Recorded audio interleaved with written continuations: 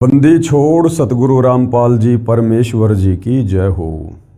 परम पिता परमात्मा सारी सृष्टि के रचनहार कुल मालिक असंख्य ब्रह्मांडों के स्वामी जगत गुरु तीनों लोकों में प्रवेश करके सबका धारण पोषण करने वाले राजाधिराज आत्माधार नाथों के नाथ देवों के देव महादेव सर्वेश्वर महेश्वर मृत्युंजय अजरो अमर आदि अनादि सनातनी प्रभु जगत पिता जगदीश्वर श्री श्री 1008 की उपाधि के वास्तविक अधिकारी अकाल मूर्त शब्द स्वरूपी राम वासुदेव सर्वगतम ब्रह्म परम पूज्य प्रथम पूज्य परम संत परम पुरुष परम धनी परम दयालु सत्य कबीर हक्का कबीर अल्लाहु कबीर अल्लाहु अकबर बाखबर अल्लाह ताला जगत के तारणहार जगत के मुक्तिदाता जगत के जगन्नाथ हारे के सहारे हिंदुओं के राम मुसलमानों के अल्लाह सिखों के वाहिगुरु ईसाइयों के मसीह दया के सागर दया निधि करुणा के सागर करुणा निधि स्वयंभू परिभू संकट मोचन कष्ट हरण मंगल करण दुख भंजन अविगत कबीर निर्विकार निर्विषम परमात्मा अलय अलेख सतगुरु आदि अनादि सतगुरु असली मर्यादा पुरुषोत्तम असली राम असली कृष्ण असली घनश्याम असली मुरारी राजाओं के राजा महाराजाओं के महाराजा शहंशाहों के शहंशाह सम्राटों के सम्राट भगवानों के भगवान अल्लाहों के अल्लाह प्रभुओं के प्रभु मसीहाओं के मसीह सच्चे वाहिगुरु बाबाओं के बाबा पीरों के पीर सेठों के सेठ जगत सेठ सावड़सा सेठ सर्वगुण संपन्न अनंत कोटि कलाओं के स्वामी अनंत कोटि ब्रह्मांडों के नायक योगियों में महायोगी ध्यानियों में महाध्यानी सिद्धों में परम सिद्ध ज्ञानियों में तत्वज्ञानी ब्रह्मज्ञानी महाज्ञानी परम ज्ञानी सर्वश्रेष्ठ ज्ञानी विज्ञानी युवा कबीर समर्थ कबीर असमवात अमित ओजा सच्चे रहनुमा करीम अल्लाह सुभान अल्लाह दुनिया के अंतिम पैगंबर 8 सितंबर 1951 से गांव धनाना जिला सोनीपत हरियाणा भारतवर्ष की पावन भूमि पे प्रकट रियल कल की भगवान श्री नारायण साकार हरि श्री बाबा साहेब नूर अनंत परमात्मा सच्चे दरवेश सच्चे बाखबर संत श्रोमणी सतगुरु रामपाल जी परमेश्वर जी के चरण कमल में आप और हम सभी भाई बहनों का अनंत कोटि दंडवत प्रणाम। सत्साई भाई और बहनों, बहुत बड़ी दया बहुत बड़ी मेहर पूज्य गुरुदेव भगवान की परमेश्वर रामपाल जी की, जिनके शुभ आशीर्वाद से विशेष आशीर्वाद से उन्हीं के सत्संगों के संग्रह के ऊपर बन चुकी पुस्तक कबीर बड़ा या कृष्ण, इस पर वीडियो बनाने की श्रृंखला जारी है। इसी श्रृंखला में आज हमारा ये 10वें नंबर का वीडियो है और प्रत्येक वीडियो में पूज्य गुरुदेव भगवान के आशीर्वाद से हमें भक्ति और भगवान को लेकर अध्यात्म को लेकर नई नई रोचक जानकारियाँ प्राप्त हो रही हैं। जो गूढ़ ज्ञान जो गूढ़ जानकारी सदियों से हमारे तत्व ज्ञान हीन धर्म गुरु हमें इन सदग्रंथों को पढ़कर समझकर नहीं बता पाए और हम सदियों से शास्त्र विरुद्ध साधना ही करते हुए आ रहे हैं। जिस शास्त्र विरुद्ध साधना को करने के चलते हमारे पूर्वज आज प्रेत योनि में भूत योनि में कष्ट उठा रहे हैं और हमारे से उनके श्राद्ध निकलवा कर हमें भी उन्हीं के पास उन्हीं नीच योनियों में भेजने का प्रयत्न कर रहे थे। अब पूज्य गुरुदेव भगवान सतगुरु रामपाल जी ने सतलोक से चलकर आकर विशेष दया करी, विशेष रजा की है। इन समस्त धर्मशास्त्रों का निष्कर्ष निकालकर अपने सत्संगों के माध्यम से पुस्तकों के माध्यम से समाज के हाथों में दे दिया है।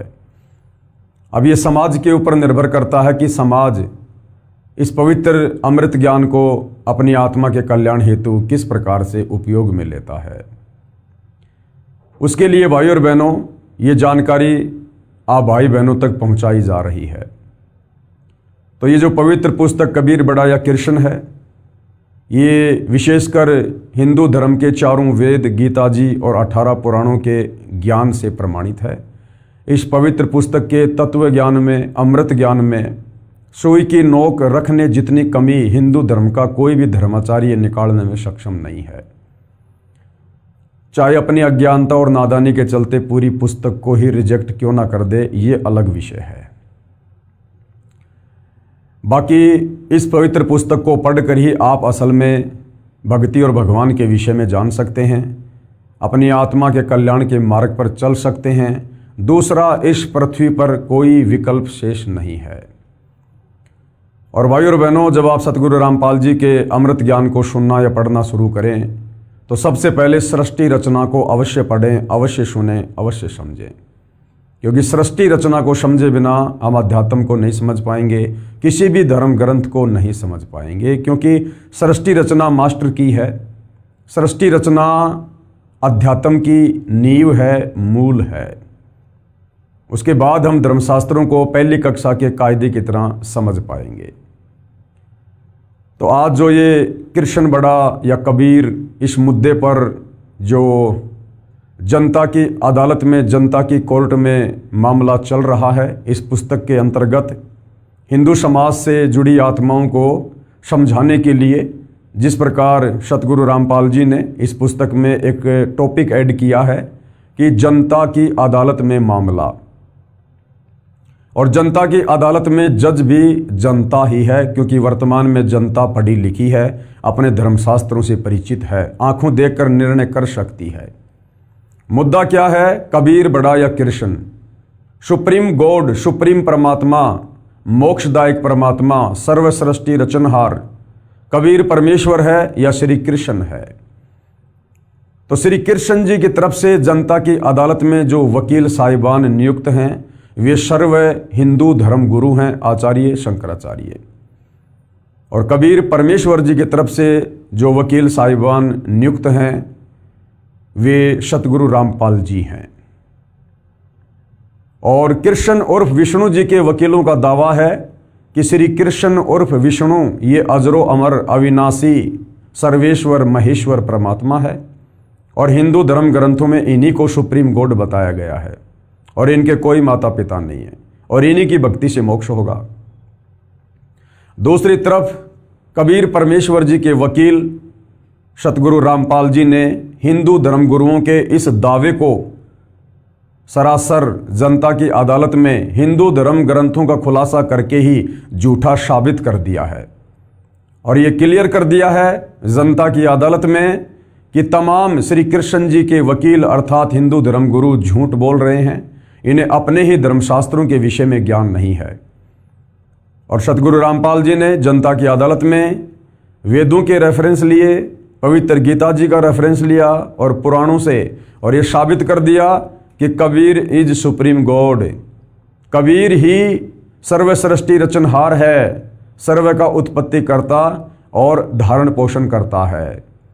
और श्री कृष्ण उर्फ विष्णु ये केवल 3 लोकों में, काल के 21 ब्रह्मांड है, उन 21 ब्रह्मांडों में एक ब्रह्मांड पर भी श्री कृष्ण उर्फ विष्णु का आधिपत्य नहीं है। कबीर जी की तुलना में श्री कृष्ण और विष्णु बहुत ही छोटी लेवल की शक्ति है। जहां तक इनका आधिपत्य है, जहां तक इनका स्वामित्व है, वहां तक ये अपना कार्य बिल्कुल ईमानदारी से करते हैं, परंतु ये किसी को मोक्ष देने में सक्षम नहीं है, ये स्वयं मोक्ष से वंचित हैं। और सतगुरु रामपाल जी ने बहुत सारे हिंदू धर्मगुरुओं के द्वारा जो गीता जी का अनुवाद किया गया है, और अनुवाद करते समय जिन अर्थों का अनर्थ किया गया है, जिसके चलते उन श्लोकों का भावार्थ ही बदल दिया गया, उनको भी सतगुरु रामपाल जी ने क्लियर किया है, सबको बताया है, दिखाया है। और धीरे धीरे जनता इस कटु सत्य को स्वीकार कर रही है कि वास्तव में सच्चाई भक्ति और भगवान को लेकर हमारे धर्म ग्रंथों में है, परंतु हमारे जो हिंदू धर्मगुरु हैं वो तत्व ज्ञान के अभाव में इस सच्चाई को समझकर समाज को नहीं बता पाए, जिस कारण से समाज शास्त्र विरुद्ध साधना को करने के चलते परमात्मा की भक्ति से मिलने वाले लाभ से वंचित है। अब भाइयों और बहनों, उसी जनता की अदालत में, जनता के सामने, जहां जनता ही जज है, कबीर जी के वकील सतगुरु रामपाल जी, ये बार बार बोलना पड़ता है, अन्यथा कबीर जी स्वयं ही अपने वकील हैं, लेकिन समाज को समझाने की दृष्टि से यहाँ पर सतगुरु रामपाल जी को कबीर जी का वकील बताया जा रहा है। अब कबीर जी के वकील सतगुरु रामपाल जी उन श्री कृष्ण जी के वकील साहिबानों को झूठा साबित करते हुए, तत्व ज्ञानहीन साबित करते हुए कि ये तो आंखों वाले अंधे हैं, उनकी और जो गलतियां हैं, जो कमजोरियां हैं, उनको जनता के सामने शास्त्रों का हवाला देकर पेश कर रहे हैं, क्योंकि मामला जनता की अदालत में है, इसलिए कोई भी बात बिना सबूत के नहीं बोली जा सकती है। आंखों वाले अंधे कौन? हिंदू धर्म गुरु। ये आंखों वाले अंधे हैं। संत गरीबदास जी ने इन तत्वज्ञान नेत्रहीन अंधे धर्म प्रचारकों गुरुओं के विषय में कहा है कि गरीब वेद पढ़े पर भेद न जाने, और पढ़े पुराण 18, और पत्थर की पूजा करे और भूल गए सृजनहारा। ये हमारे नादान हिंदू धर्म गुरु वेदों को पढ़ते हैं लेकिन उनका भेद नहीं जान पाए।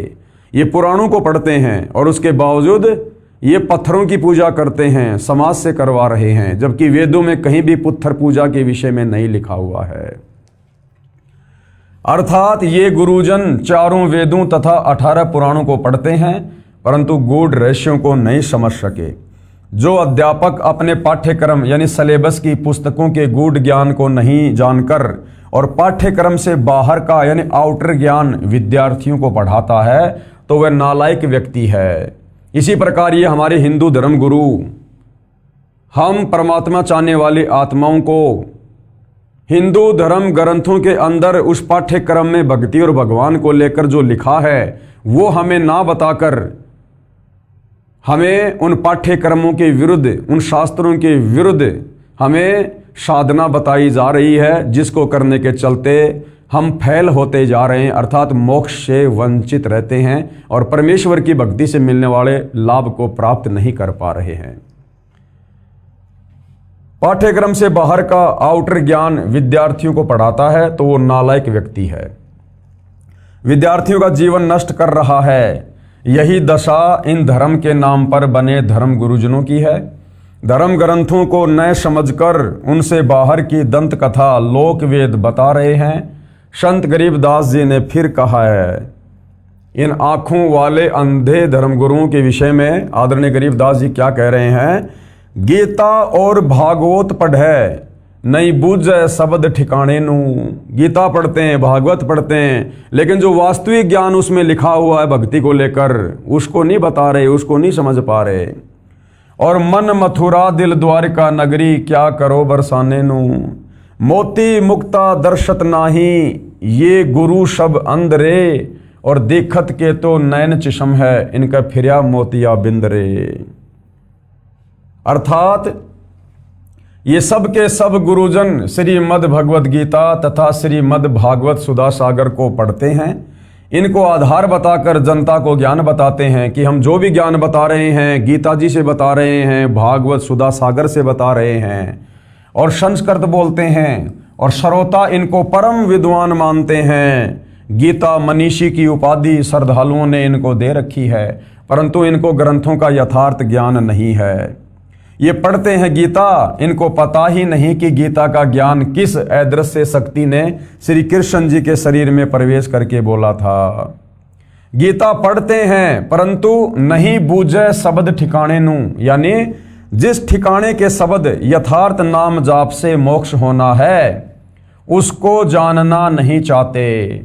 जैसे गीता अध्याय 8 श्लोक 13 में गीता ज्ञान दाता कौन है? गीता ज्ञान दाता ये काल ब्रह्म ज्योति निरंजन दुर्गा का पति ब्रह्मा विष्णु महेश का पिता, ये गीता का ज्ञान दाता है। इसने श्री कृष्ण जी के शरीर में प्रवेश करके प्रेत की भांति और गीता जी का ज्ञान बोला। तो खुद गीता का ज्ञान देने वाला ब्रह्म गीता अध्याय 8 श्लोक नंबर 13 में अपना मंत्र बता रहा है, साफ साफ लिखा हुआ है। इसके बावजूद भी हमारे नादान धर्म गुरु हमें ओम मंत्र के अलावा और ही ना जाने राधे राधे श्याम मिला दे, हरे रामा हरे कृष्णा हरे हरे हरे हरे, पता नहीं दुनिया भर के मनमुखी मंत्र जाप करवा रहे हैं। जैसे गीता अध्याय 8 श्लोक 13 में गीता ज्ञानदाता ने अपना जाप करने का मंत्र ओम बताया है, तथा गीता अध्याय 17 श्लोक नंबर 23 में अपने से अन्य परमेश्वर यानी परम अक्षर ब्रह्म कबीर देव का जाप करने का मंत्र सांकेतिक शब्दों में कोड वर्ड में बताया है। अपना तो बताया गीता ज्ञानदाता ने ओम मंत्र अध्याय 8 श्लोक नंबर 13 में। इसके अलावा अपने से अन्य सुप्रीम गॉड परम अक्षर ब्रह्म के विषय में जो गीता 8 अध्याय 3 में कह रहा है कि वो परम अक्षर ब्रह्म है, उसकी भक्ति साधना का भी मंत्र सांकेतिक रूप से बताया है। गीता अध्याय 17 श्लोक नंबर 23 में ओम तत् सत इति निर्देश ब्रह्मण त्रिविध समर्थ है। इसके बावजूद भी हमारे धर्म गुरुओं की बुद्धि ने काम नहीं किया। ओम तत् सत, इस ओम तत्सत मंत्र के ठिकाने के शब्द यथार्थ नाम अन्य हैं। कहीं को ये सोचे कि लो जी हमें पता चल गया ओम तत् सत और कल ही जाप करने लग जाओ ओम तत् सत, बिल्कुल भी नहीं। ये तत् और सत ये सांकेतिक शब्द हैं। इस तत् के अंदर 2 मंत्र हैं और सत का भी एक मंत्र है। वो केवल वर्तमान में तत्वदर्शी संत सतगुरु रामपाल जी के पास हैं, उनके अलावा किसी को ज्ञान नहीं है। और यदि उनसे उपदेश लेकर यदि कोई उस मंत्र को आगे देने भी लग जाएगा तो वो उस मंत्र को दान करने का अधिकारी ना होने के कारण वो खुद भी परमेश्वर का दोषी बनेगा और उस अनअधिकारी व्यक्ति से मंत्र लेकर यदि कोई जाप करेगा तो वो भी किसी प्रकार का कोई आध्यात्मिक लाभ प्राप्त नहीं कर पाएगा। ओम तत्सत, इस ओम तत्सत मंत्र के ठिकाने के शब्द यथार्थ नाम अन्य हैं। उनको ये गुरुजन जानते नहीं और न जानना चाहते हैं। मोक्ष इन्हीं 3 मंत्रों से होना है। इन 3 नामों के यथार्थ नामों का जाप न करके चाहे चारों वेदों व गीता आदि ग्रंथों को पढ़ते पढ़ाते रहो, जीवन व्यर्थ हो जाएगा। इसलिए कहा है कि इन गुरुओं को अज्ञान रूपी मोतियाबिंद हुआ है। मोतियाबिंद वाले की आंखें स्वस्थ दिखाई देती हैं परंतु दिखाई कुछ नहीं देता। जिस व्यक्ति को मोतियाबिंद का रोग होता है उसकी आंखें तो बिल्कुल स्वस्थ होती हैं लेकिन वास्तव में दिखाई उसको कुछ भी नहीं देता है। इसी प्रकार ये हमारे नादान धर्मगुरु ये दिखाई तो देते हैं संस्कृत के विद्वान, प्रकांड ज्ञाता, शास्त्रों के मर्मज्ञ, परंतु वास्तव में इनको मोतियाबिंद है। इनको तो ठिकाने का मंत्र का भी नहीं पता, इनको तो गीता ज्ञानदाता का भी नहीं पता। इसी प्रकार ये धर्मगुरु संस्कृत बोलते हैं तो श्रोताओं को लगता है कि ये बड़े विद्वान हैं, परंतु इनको सदग्रंथों की कुछ भी समझ नहीं है। ये अज्ञानी हैं, यथार्थ ज्ञान नेत्रहीन अंधे हैं। अब भाइयों और बहनों विचार करो, सतगुरु रामपाल जी पिछले 25-30 वर्षों से डंके की चोट पर नेशनल टीवी चैनल पर लोगों को डिबेट के लिए आमंत्रित कर रहे हैं और ठोक ठोक के ये सत्य ज्ञान दे रहे हैं। इन तमाम धर्मों के धर्मगुरुओं को, आचार्य शंकराचार्यों को, मुल्ला मौलवियों को, पादरियों को, पाठियों को डंके की चोट पर कह रहे हैं कि ये मूर्ख हैं, इन्हें अध्यात्म का ज्ञान नहीं है, ये भगत समाज का कुमार्गदर्शन कर रहे हैं, लोगों के जीवन के साथ में खिलवाड़ कर रहे हैं। उसके बावजूद भी सतगुरु रामपाल जी के समक्ष आकर ज्ञान चर्चा करने की किसी की हिम्मत नहीं हो रही है, क्योंकि सबको पता है कि जो ज्ञान सतगुरु रामपाल जी दे रहे हैं वो सर्व शास्त्रों से प्रमाणित है और हम इन्हीं शास्त्रों का हवाला देकर समाज को भक्ति के नाम पर मूर्ख बना चुके हैं। तो अब यदि हमने सतगुरु रामपाल जी से डिबेट की तो हमारी पोल पट्टी खुल जाएगी और हम घर के रहेंगे ना घाट के। इसलिए बिल्कुल कान दबोच कर बैठे हैं, सुनना भी पसंद नहीं करते, सामने आना तो बहुत दूर की बात है। लेकिन कब तक सच्चाई तो सामने आके रहेगी। गीता ज्ञान देने वाला अपने आप को नाशवान कहता है। गीता ज्ञान देने वाला भगवान, ये ब्रह्म, हिंदू समाज चाहे श्री कृष्ण समझो, ये अपने आप को नाशवान कह रहा है कि मेरा तो जन्म और मृत्यु होती है, मैं नाशवान हूं, अविनाशी नहीं हूं। तो बताओ, नाशवान भगवान की भक्ति करके आप और हम भगत भला कैसे अविनाशी हो जाएंगे? हमारा कैसे मोक्ष हो जाएगा जब गीता ज्ञान देने वाला खुद ही नाशवान है? अपने से अन्य को अविनाशी कहता है और कह रहा है कि अविनाशी तो उसको जान जिसको मारने में कोई भी सक्षम नहीं है। गीता अध्याय 2 श्लोक नंबर 17 में और गीता अध्याय 18 श्लोक 62 में अर्जुन को ये गीता ज्ञानदाता, हिंदुओं का भगवान, ये निराकार ब्रह्म, उसी परमेश्वर की परम अक्षर ब्रह्म की शरण में जाने की सलाह दे रहा है कि अर्जुन तू सर्वभाव से उस परमेश्वर की शरण में जा, जहां जाने के बाद साधक लौटकर फिर इस संसार में वापस नहीं आता। और उसी की शरण में जाने को कहा है। ये श्री कृष्ण को ही अविनाशी जगत का कर्ता बताकर, कौन? ये हमारे हिंदू धर्म गुरु और जनता के साथ में धोखा कर रहे हैं, ये आंखों वाले अंधे हैं। अब सवाल किया गया है जनता की अदालत में सतगुरु रामपाल जी से, क्योंकि जनता को धीरे धीरे इंटरेस्ट आ रहा है, जनता की रुचि बढ़ रही है धर्मशास्त्रों से सारे प्रमाण देखकर। तो जनता की अदालत में अब कबीर जी के वकील सतगुरु रामपाल जी से आगे सवाल पूछा जा रहा है। प्रश्न नंबर 2, काल पुरुष कौन है? तो सतगुरु रामपाल जी ने उत्तर दिया, सृष्टि रचना जो पेज नंबर 389 पर लिखी है उसमें विस्तार पूर्वक लिखा है। और सृष्टि रचना आपको इस पुस्तक के प्रथम वीडियो में दास ने मौखिक सुना दी है। यदि आपने सारे वीडियो देखे हैं तो आप जी को भली बात पता होगा कि काल पुरुष कौन है। सतलोक में परमात्मा जी ने एक अंडे से जिस आत्मा की उत्पत्ति की थी उसको आगे चलकर काल पुरुष की संज्ञा दी गई है, जो दुर्गा का पति है और ब्रह्मा विष्णु महेश का पिता है। आगे सवाल नंबर 3 किया गया है, काल भगवान अर्थात ब्रह्म अविनाशी है या जन्मता मरता है? ये जो काल पुरुष है जिसको आप दुर्गा का पति और ब्रह्मा विष्णु महेश का पिता कह रहे हैं, तो ये जो काल भगवान है, जो ये काल पुरुष है, ये अविनाशी है या ये जन्मता और मरता है?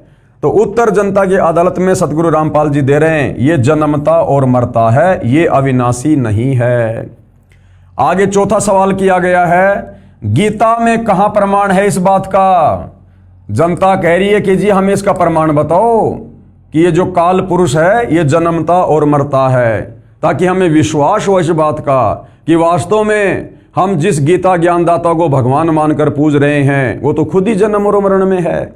जब खुद ही जन्म और मरण में है तो भला हमारा जन्म मरण का रोग कैसे कटेगा, हमारा मोक्ष कैसे होगा?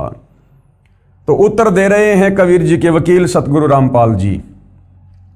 श्रीमद् भगवद गीता अध्याय 2 श्लोक नंबर 12 में, गीता अध्याय 4 श्लोक 5 में, गीता अध्याय 10 श्लोक नंबर 2 में गीता ज्ञानदाता स्वयं स्वीकार करता है कि मेरी भी जन्म व मृत्यु होती है, मैं अविनाशी नहीं हूं।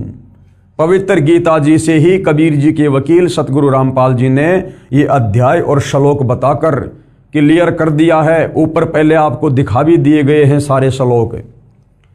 और क्या कह रहा है गीता ज्ञानदाता? कहा है कि हे अर्जुन, तेरे और मेरे बहुत जन्म हो चुके हैं, तू नहीं जानता, मैं जानता हूं। तो गीता ज्ञानदाता जन्म और मरण में है, अपनी जन्म और मृत्यु खुद स्वीकार कर रहा है। कौन है गीता ज्ञानदाता? ब्रह्म काल। अब यदि हिंदू समाज के श्रद्धालु ये मानते हैं कि गीता का ज्ञान देने वाले श्री कृष्ण जी हैं, तो भाई श्री कृष्ण जी भी जन्म और मरण में हैं। श्री कृष्ण जी का जन्म देवकी के गर्भ से हुआ और अंत में श्री कृष्ण जी की मृत्यु एक बालिया नाम के शिकारी के द्वारा पैर में जहरीला तीर मारने से हुई। ये भी आप सबको पता है, इतिहास साक्षी है। तो यदि आप श्री कृष्ण जी को गीता ज्ञानदाता मानते हैं तो श्री कृष्ण जी भी जन्म और मरण में है, और जो भगवान जन्म और मरण में है उसकी भक्ति से साधक का मोक्ष नहीं हो सकता। और वैसे गीता ज्ञानदाता ये काल ब्रह्म है जो श्री कृष्ण जी के शरीर में प्रवेश करके गीता जी का ज्ञान जिसने बोला था। तो गीता अध्याय 2 श्लोक 12, 4 श्लोक 5 और 10 श्लोक 2 में ये खुद स्वीकार कर रहा है कि तू, मैं और ये राजा लोग व सैनिक पहले भी थे, आगे भी होंगे। ये न जान कि हम केवल वर्तमान में ही हैं। मेरी उत्पत्ति को न तो देवता लोग जानते हैं, कौन कह रहा है? ये ब्रह्म, और न ही ऋषिजन, क्योंकि ये सब मेरे से ही उत्पन्न है। ये ब्रह्म कह रहा है कि अर्जुन, मेरी उत्पत्ति यानी जन्म को न तो देवता जानते हैं, ये ब्रह्मा विष्णु महेश भी नहीं जानते, इंद्र और 33 करोड़ देवता भी नहीं जानते। क्यों? क्योंकि सब इस काल और दुर्गा से उत्पन्न हैं। तो बाप की उत्पत्ति को, बाप के जन्म को बेटा बेटी नहीं बता सकते, वो तो दादा बताता है, दादा। तो उस कबीर दादा ने, परम अक्षर ब्रह्म ने आज धरती पर 8 सितंबर 1951 को सतगुरु रामपाल जी के नाम से प्रकट होकर सन 1994 से अपने यथार्थ 13वें कबीर पंथ की शुरुआत करके और फिर सन 2001 से सर्वधर्म शास्त्रों को दिखा कर प्रमाणित कर दिया है कि गीता ज्ञानदाता जन्म और मरण में है, क्योंकि ये सब मेरे से ही उत्पन्न हुए हैं। इससे सिद्ध हुआ कि गीता ज्ञानदाता काल पुरुष अविनाशी नहीं है। अविनाशी वो होता है जो कभी जन्म और मरण में नहीं आता है। तो गीता ज्ञानदाता अविनाशी नहीं है, ये नाशवान है, इसकी जन्म और मृत्यु होती है। इसलिए इसको क्षर पुरुष का मतलब होता है जो नाशवान है, नाशवान भगवान कहा जाता है। इन श्लोकों की फोटोकॉपी पेज नंबर 46 से 47 पर लगी है, जो हम पहले के वीडियो में देख चुके हैं। आगे जनता की अदालत में सतगुरु रामपाल जी से सवाल किया गया। सवाल नंबर 5, क्या ब्रह्मा विष्णु तथा शिव अविनाशी हैं? कि भाई आपने बताया और साबित भी कर दिया कि गीता का ज्ञान देने वाला ब्रह्म तो अविनाशी नहीं है, ये तो जन्मता और मरता है। तो क्या ये हिंदू समाज जो ब्रह्मा विष्णु महेश को भगवान मान के पूज रहा है, क्या ये ब्रह्मा विष्णु महेश अविनाशी हैं या इनका भी जन्म और मरण होता है? तो कबीर जी के वकील सतगुरु रामपाल जी ने क्या कहा? नहीं, ये नाशवान है, ये भी नाशवान है। जब इनके पिता काल ब्रह्म की ही जन्म मृत्यु होती है तो उससे उत्पन्न ब्रह्मा विष्णु महेश भला कैसे अविनाशी हो जाएंगे? तो ब्रह्मा विष्णु महेश भी नाशवान है, इनकी भी जन्म मृत्यु होती है। ब्रह्मा विष्णु तथा शिव जी के माता पिता भी हैं।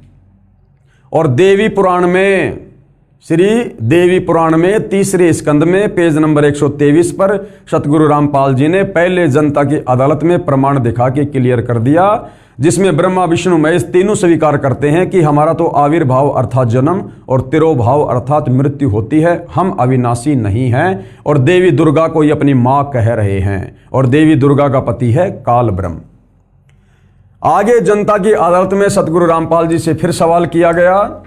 प्रश्न नंबर 6, कोई प्रमाण बताओ, माता पिता का नाम भी बताओ।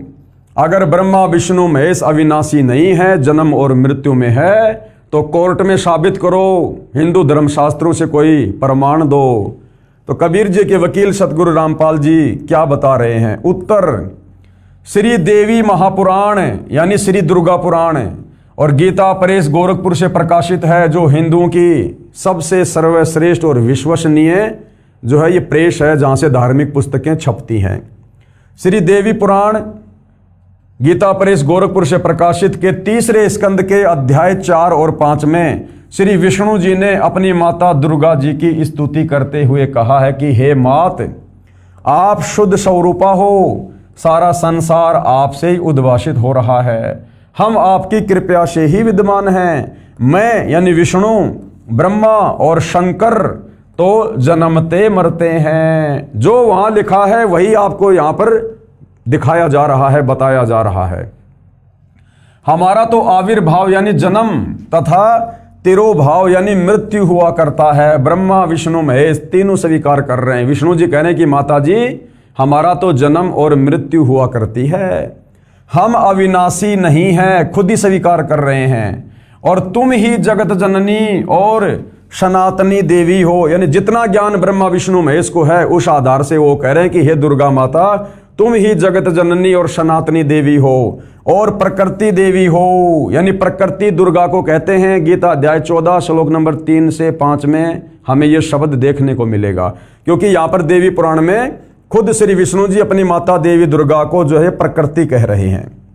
शंकर भगवान बोले, उसके बाद में शंकर जी क्या बोले, अब शंकर जी के मुख से भी सुन लो। अभी आपने विष्णु जी के मुख से सुना, हे मात, विष्णु के बाद उत्पन्न होने वाला ब्रह्मा जब आपका पुत्र है, तो क्या मैं तमोगुणी लीला करने वाला शंकर तुम्हारी संतान नहीं हुआ? अर्थात मुझे यानी शंकर को भी उत्पन्न करने वाली तुम ही हो। इस देवी महापुराण के उल्लेख से सिद्ध हुआ कि श्री ब्रह्मा जी, श्री विष्णु जी तथा श्री शंकर जी को जन्म देने वाली माता कौन है? श्री दुर्गा देवी, अष्टंगी देवी, जिसको प्रकृति देवी भी कहते हैं। और ये तीनों नाशवान हैं, क्योंकि तीनों कह रहे हैं कि हमारा तो आविर्भाव अर्थात जन्म और तिरोभाव अर्थात मृत्यु होती है।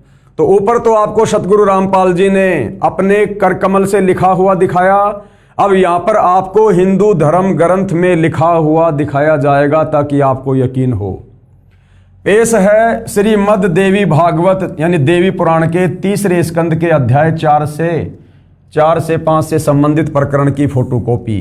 संक्षिप्त देवी भागवत थोड़ा सा जूम करके दिखा देता हूं ताकि आप लोगों को अच्छे से समझ में आ जाए, क्योंकि भाइयों और बहनों, जब तक हम अपनी आंखों से अपने सदग्रंथों को नहीं देखेंगे, अपने धर्म ग्रंथों को नहीं देखेंगे, जिन धर्म ग्रंथों का हवाला देकर, जिनका पाठ करके, कथाएं करके हमारे वो संस्कृत के विद्वान धर्म गुरु हमारे पूर्वजों को मूर्ख बना के चले गए, हमें भी मूर्खता की लाइन में खड़ा किए हुए थे, शास्त्र विरुद्ध साधना करवा रहे थे, ब्रह्मा विष्णु महेश को सुप्रीम गॉड बताकर, अजरो अमर अविनाशी बताकर इनके कोई माता पिता नहीं है, आप और हमारे जीवन को नरक बनाने की तैयारी कर रहे थे।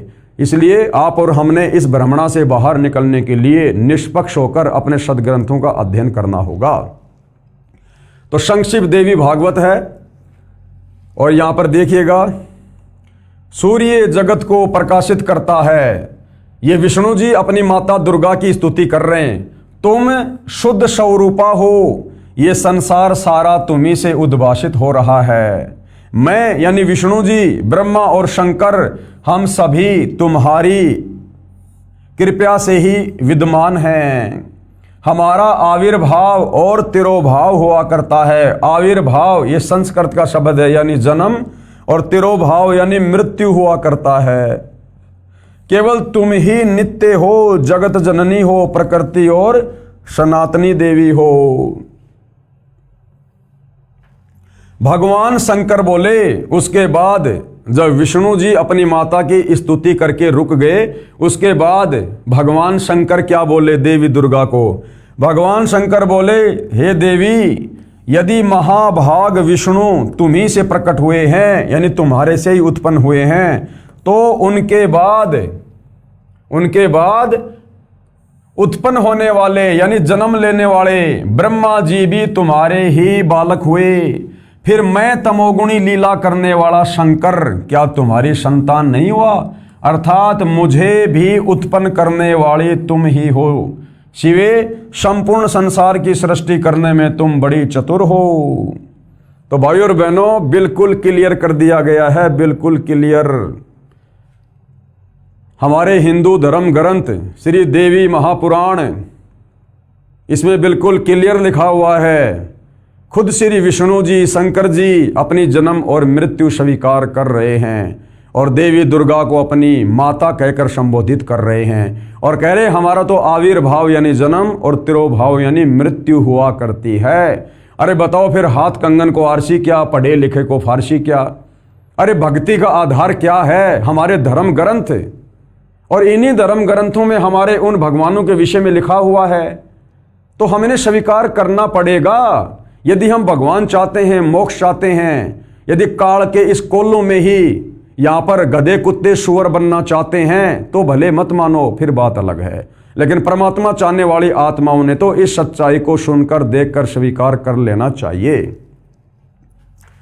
तो भाइयों और बहनों, जनता की अदालत में सतगुरु रामपाल जी ने सबके सामने बिल्कुल क्लियर कर दिया है कि ब्रह्मा विष्णु महेश ये अविनाशी नहीं है, ये नाशवान है। देवी दुर्गा इनकी माँ है और ये तीनों जन्मते और मरते हैं। इसके बाद देखिएगा, पुस्तक है ये कबीर बड़ा या कृष्ण। पेश है संक्षिप्त शिव पुराण की रुद्र संहिता खंड से संबंधित प्रकरण की फोटोकॉपी। अब श्री देवी महापुराण के बाद आपको संक्षिप्त शिव पुराण, और शिव पुराण में जो रुद्र संहिता जो खंड है उससे आपको प्रमाण दिया जाएगा। देखिएगा, संक्षिप्त शिव पुराण। अपने पुत्र नारद की ये बात सुनकर लोक पितामहा ब्रह्मा वहां इस प्रकार बोले, और क्या बोले? ये रुद्र संहिता है। महाप्रलय काल में केवल सद ब्रह्म की सत्ता का प्रतिपादन उस निर्गुण निराकार ब्रह्म से ईश्वर मूर्ति सदाशिव का जो है प्राकाटे, सदाशिव द्वारा स्वरूपभूता शक्ति अंबिका का प्रकटीकरण, उन दोनों के द्वारा उत्तम क्षेत्र काशी का आनंदवन का प्रादुर्भाव, शिव के वाम भाग से परम पुरुष विष्णु का आविर्भाव तथा उनके सकार से प्राकृत तत्वों की क्रमशः उत्पत्ति का वर्णन। देखिएगा, ब्रह्मा जी ने कहा कि हे ब्रह्मन, देव शिरोमणे, तुम सदा समस्त जगत के उपकार में ही लगे रहते हो। नारद जी को श्री ब्रह्मा जी कह रहे हैं। नारद कौन है? ये ब्रह्मा जी के ये पुत्र हैं। और नारद जी ने एक बार अपने पिता श्री ब्रह्मा जी से सृष्टि रचना के विषय में जानना चाहा कि परमात्मा कौन है, सृष्टि की उत्पत्ति कैसे हुई, आपने रचा या किसी और ने रचा। तो अपने पुत्र नारद की शंका का समाधान करते हुए श्री ब्रह्मा जी को जितना ज्ञान है सृष्टि रचना के विषय में, उस हिसाब से श्री ब्रह्मा जी कह रहे हैं। ये देखिएगा, थोड़ा सा जूम करके दिखाता हूं। ब्रह्मा जी ने कहा, हे ब्राह्मण देव शिरोमणे, तुम सदा समस्त जगत के उपकार में ही लगे रहते हो।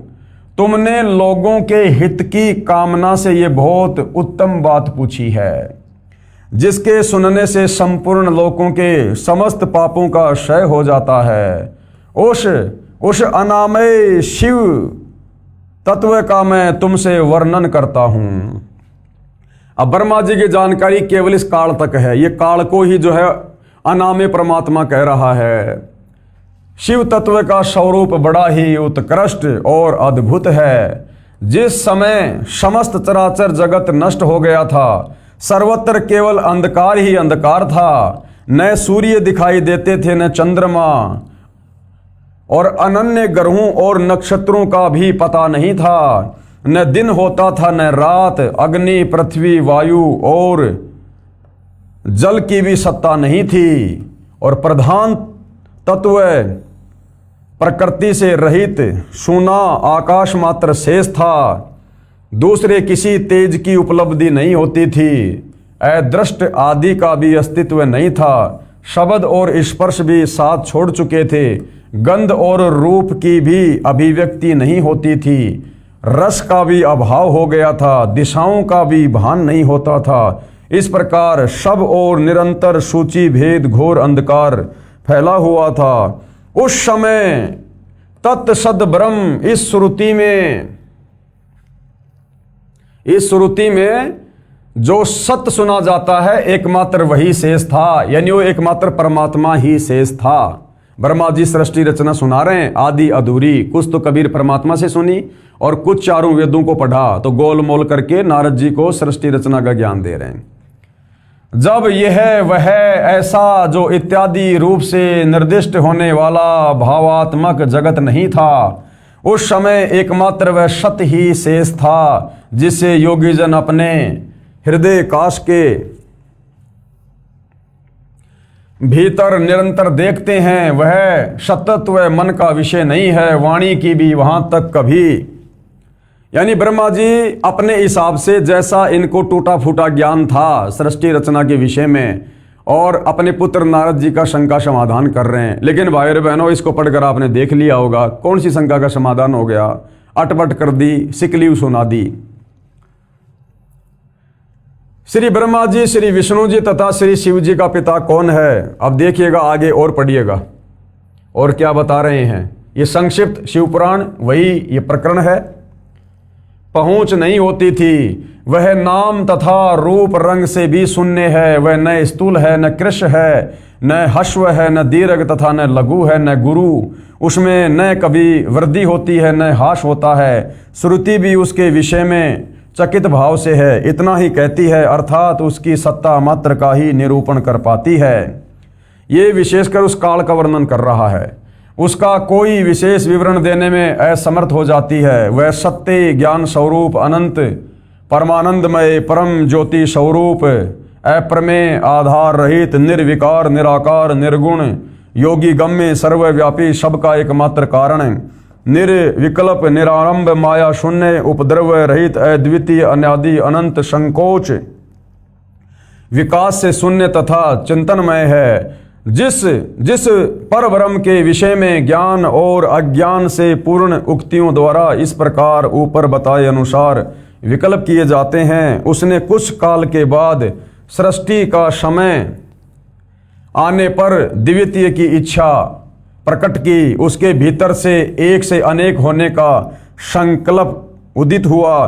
तब उस निराकार परमात्मा ने अपनी लीला शक्ति से अपने लिए मूर्ति यानी आकार की कल्पना की। फिर वो निराकार कहाँ हुआ? जब उसने अपने लिए मूर्ति की कल्पना की, आकार में आ गया, तो निराकार कहाँ हुआ? फिर वह मूर्ति संपूर्ण ऐश्वर्य गुणों से संपन्न, सर्व ज्ञानमयी, शुभ स्वरूपा, सर्वव्यापनी, सर्वशूपा, सर्वदर्शनी, सर्वकारणी, सबकी एकमात्र वंदनिया, सर्वादा सब कुछ देने वाली और संपूर्ण संस्कृतियों का केंद्र थी। उस शुद्ध रूपिणी ईश्वर मूर्ति की कल्पना करके वह अद्वितीय, अनादि, अनंत, सर्व प्रकाशक, चिन्मय, सर्वव्यापी और अविनाशी परब्रह्म अंतर्हित हो गया। जो मूर्ति रहित परब्रह्म है, उसी की मूर्ति चिन्मय आकार भगवान सदाशिव है। काल की महिमा का वर्णन कर रहा है, लेकिन शिकलीव सुना रहा है। सीधी सीधी बात पूछी थी नारद जी ने कि सृष्टि की उत्पत्ति कैसे हुई और ये किसने की। और देखो घुमा फिरा के वो खिचड़ी ज्ञान जो कुछ वेदों वाला और कुछ जो उसने कबीर परमात्मा जी से सुना था, उस ज्ञान को गोलमोल करके ब्रह्मा जी अपने पुत्र नारद को बता रहे हैं। भगवान सदाशिव है। अर्वाचीन और प्राचीन विद्वान उन्हीं को ईश्वर कहते हैं। उस समय एकाकी रहकर स्वेच्छानुसार विहार करने वाले उन सदाशिव ने यानी काल ब्रह्म ने अपने विग्रह से स्वयं ही एक सौरभूता शक्ति की सृष्टि की। विग्रह यानी अपने शरीर से। अब भाइयों और बहनों, ये सृष्टि रचना ब्रह्मा जी को कबीर परमात्मा जी ने बताई थी। पूरी सृष्टि रचना जो आज आप और हमें बता रहे हैं कि इस काल ने दुर्गा के साथ में जबरदस्ती करने का प्रयास किया, तो दुर्गा ने सूक्ष्म रूप बनाया और काल के मुख के माध्यम से उसके पेट में जाकर बैठ गई। और कबीर परमेश्वर से अरदास की कि हे परमात्मा मेरी रक्षा करो। परमात्मा वहां पर अपने पुत्र जोगजीत के रूप में आए, काल का पेट फाड़ा और दुर्गा को बाहर निकाला। तो वो बात यहां पर श्री ब्रह्मा जी बता रहे हैं कि कुछ समय के बाद में उस सदाशिव ने अपने विग्रह यानी अपने शरीर से स्वयं ही एक सौरभूता शक्ति की सृष्टि की, जो उनके अपने श्री अंग से कभी भी अलग होने वाली नहीं थी, क्योंकि दुर्गा उस काल की जो है वो पत्नी है। उस पराशक्ति को प्रधान, प्रकृति, गुणवती, माया, बुद्धि तत्व की जननी तथा विकार रहित बताया गया है। वह शक्ति अंबिका कही गई है। अब अंबिका कौन है? हिंदू धर्म के भाई जानते हैं। अंबिका दुर्गा, उसी को प्रकृति यानी गीता अध्याय 14 श्लोक नंबर 3 से 5 में दुर्गा को ही प्रकृति कहा गया है। सर्वेश्वरी और त्रिदेव जननी, ब्रह्मा विष्णु महेश की माता, उन तीनों देवताओं की माता, उसको त्रिदेव जननी भी कहा गया है। दुर्गा ही त्रिदेव जननी है, ब्रह्मा विष्णु महेश की माँ है।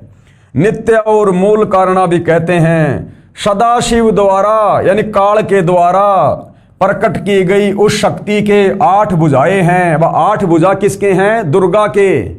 ब्रह्मा विष्णु महेश तो 16 कला के भगवान हैं, इनके तो 4-4 भुजा हैं। और ये जो दुर्गा है ये 64 कला युक्त है और ये 8 भुजा बना शक्ति है। तो ब्रह्मा जी क्या कह रहे हैं? सदाशिव यानी काल द्वारा प्रकट की गई उस शक्ति के 8 भुजाएं हैं। उस शुभ लक्षणा देवी के मुख की शोभा विचित्र है। वह अकेली ही अपने मुखमंडल में सदा एक सहस्त्र चंद्रमाओं की कांति धारण किए रहती है। नाना प्रकार के आभूषण उसके श्रीअंगों की शोभा बढ़ाते हैं। वह देवी नाना प्रकार की गतियों से संपन्न है और अनेक प्रकार के अस्त्र शस्त्र धारण करती है। उसके खुले हुए नेत्र खिले हुए कमल के समान जान पड़ते हैं। वह अचिंत्य तेज से जगमगाती है। वह सबकी योनि है। अर्थात काल इस दुर्गा के उस गर्भ में बीज डाल के यानी पति पत्नी व्यवहार करके सबकी उत्पत्ति करता है। तो ब्रह्मा जी क्या कह रहे हैं? वह सबकी योनि है, अर्थात वो सबकी माँ है। 21 ब्रह्मांड में सब उसी से जन्मते हैं। वह सबकी योनि है और सदा उधमशील रहती है। एकाकिनी होकर भी वह माया संयोग वशात अनेक हो जाती है। वो तो उसके पास में सिद्धि शक्तियां हैं, बहुत सारे रूप बना लेती है। वे जो सदाशिव हैं, वो जो सदाशिव यानी काल ब्रह्म ज्योति निरंजन, उसको सदाशिव कहा गया है। वे जो सदाशिव हैं उन्हें परम पुरुष ईश्वर शिव शंभु और महेश्वर कहते हैं। वे अपने मस्तक पर आकाश गंगा को धारण करते हैं। अब ब्रह्मा जी को नहीं पता इस बात का, क्योंकि ब्रह्मा जी ने उसके दर्शन किए नहीं, वो किसी को दर्शन देता ही नहीं। तो यहां पर ब्रह्मा जी अटपट मार रहा है, क्योंकि ये काल क्या करता है भाई और बहनों, अपने पुत्र शंकर का रूप धारण करके और ये जो है प्रकट हो जाता है। और उस समय ये ब्रह्मा और विष्णु सोचते हैं कि बस यही है परमात्मा, यही है भगवान। उस हिसाब से ये ब्रह्मा जी बखान कर रहे हैं। और गंगा को धारण करते हैं। उनके भाल देश में यानी उनके माथे पर चंद्रमा शोभा पाते हैं। उनके 5 मुख हैं और प्रत्येक मुख में 3-3 नेत्र हैं। उनका चित्त सदा प्रसन्न रहता है। वे 10 भुजाओं से युक्त और त्रिशूलधारी हैं। जबकि वो तो कितनी भी भुजा बना सकता है, 1000 तक। शंकर जी तो केवल 4 भुजा बना सकते हैं, इससे ज्यादा नहीं। तो शंकर जी के रूप में जो वो 10 भुजा बना लेता है वो काल है। और उससे कम चाहे 2, 5, 10, 50, 500 कितनी बना सकता है, लेकिन 1000 से ज्यादा भुजा नहीं बना सकता। उनके श्रीअंगों की प्रभा यानी शोभा, ये वही रुद्र संहिता है।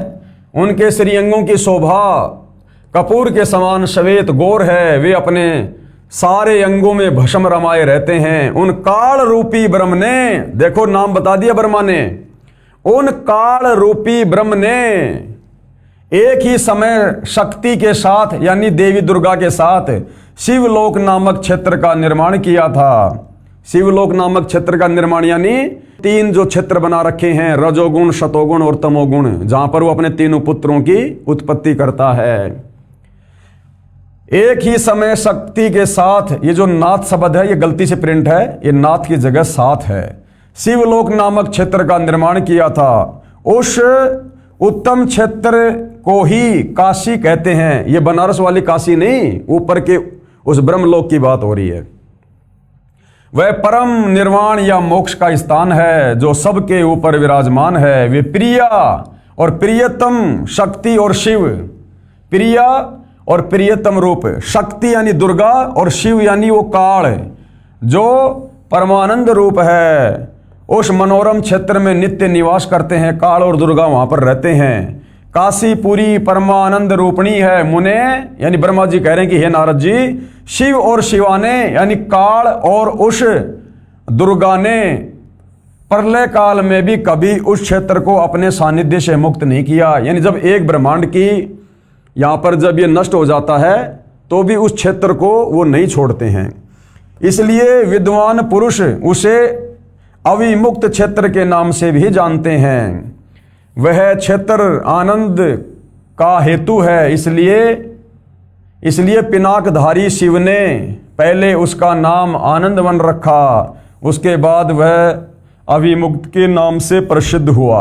देवर से यानी हे नारद जी, एक समय उस आनंदवन में रमण करते हुए शिवा यानी दुर्गा और शिव यानी काल के मन में ये इच्छा हुई कि किसी दूसरे पुरुष की भी सृष्टि करनी चाहिए, यानी संतान उत्पन्न करनी चाहिए। काल और दुर्गा ने सोचा, जिस पर यह सृष्टि संचालन का महान भार रखकर हम दोनों केवल काशी में रहकर इच्छानुसार विचरें और निर्वाण धारण करें, कि सृष्टि रचना का भार फिर उन बेटों को उत्पन्न करके उनके ऊपर रख देंगे। तो 3 पुत्र उत्पन्न किए, रजोगुण ब्रह्मा, शतोगुण विष्णु, तमोगुण शंकर। और श्री ब्रह्मा जी के रजोगुण के प्रभाव से जीवों को काल प्रेरित यानी वासना से प्रेरित करके और संतान उत्पत्ति करवाते हैं। विष्णु जी के शतोगुण के माध्यम से सबको एक परिवार में बांध के रखते हैं मोह ममता में। और तमोगुण शंकर जी के प्रभाव से फिर अपनी खुराक तैयार करवाता है, उनको मरवा के अपनी तपस्या पिलाता फिर, क्योंकि इसको रोजाना 1 लाख खाने का श्राप लगा हुआ है।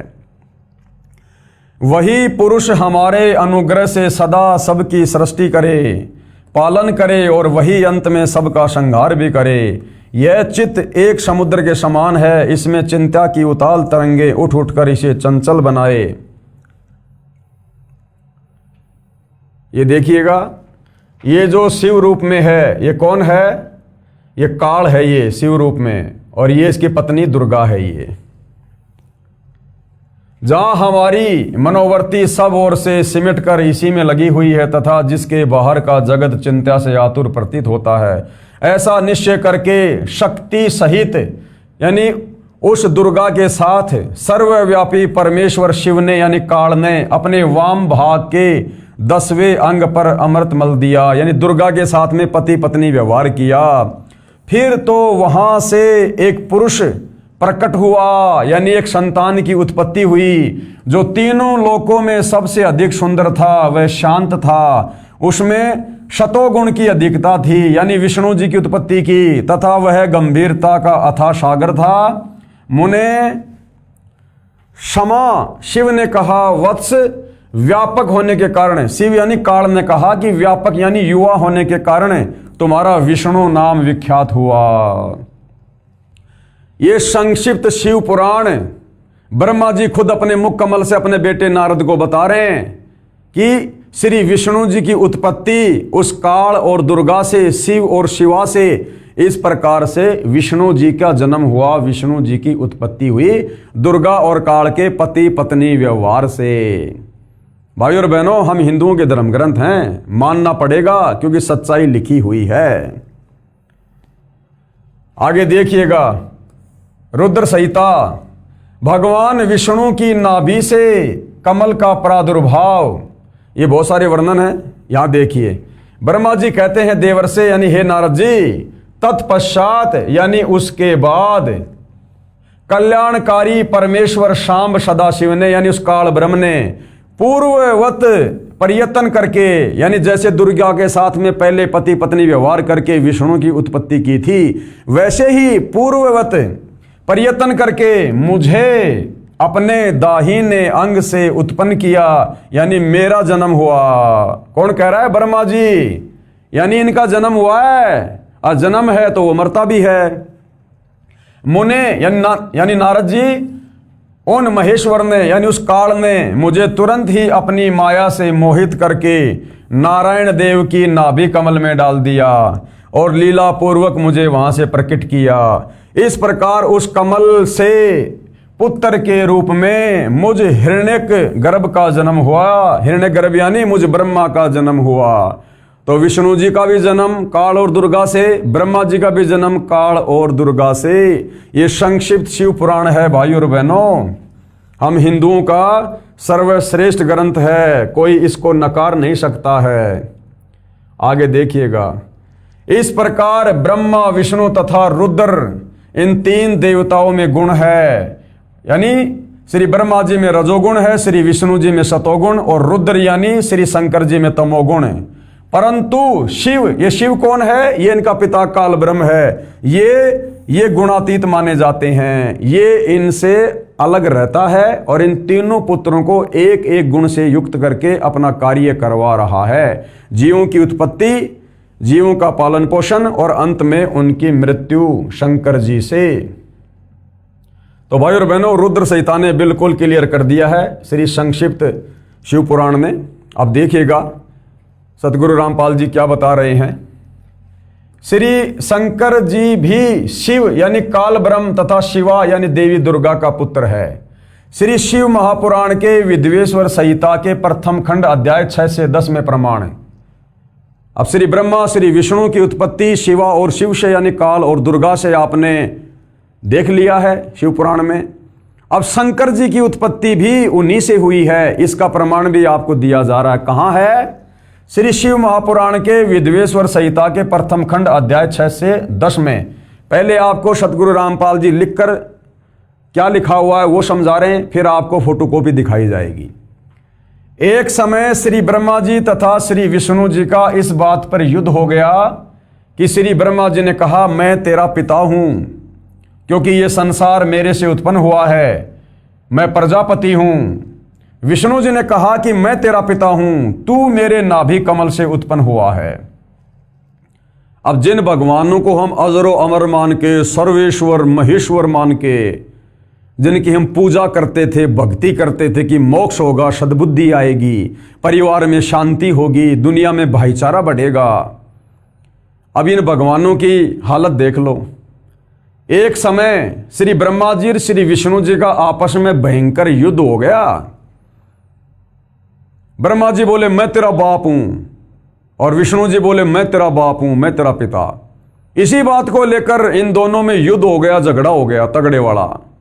अब बताओ भाई और बहनों, बच्चों की तरह हमारे भगवान लड़ रहे हैं, बच्चों की तरह। जैसे दो छोटे छोटे बच्चे आपस में किसी बात को लेकर झगड़ने लग जाते हैं कि मैं तेरा बाप, दूसरा बोला मैं तेरा बाप।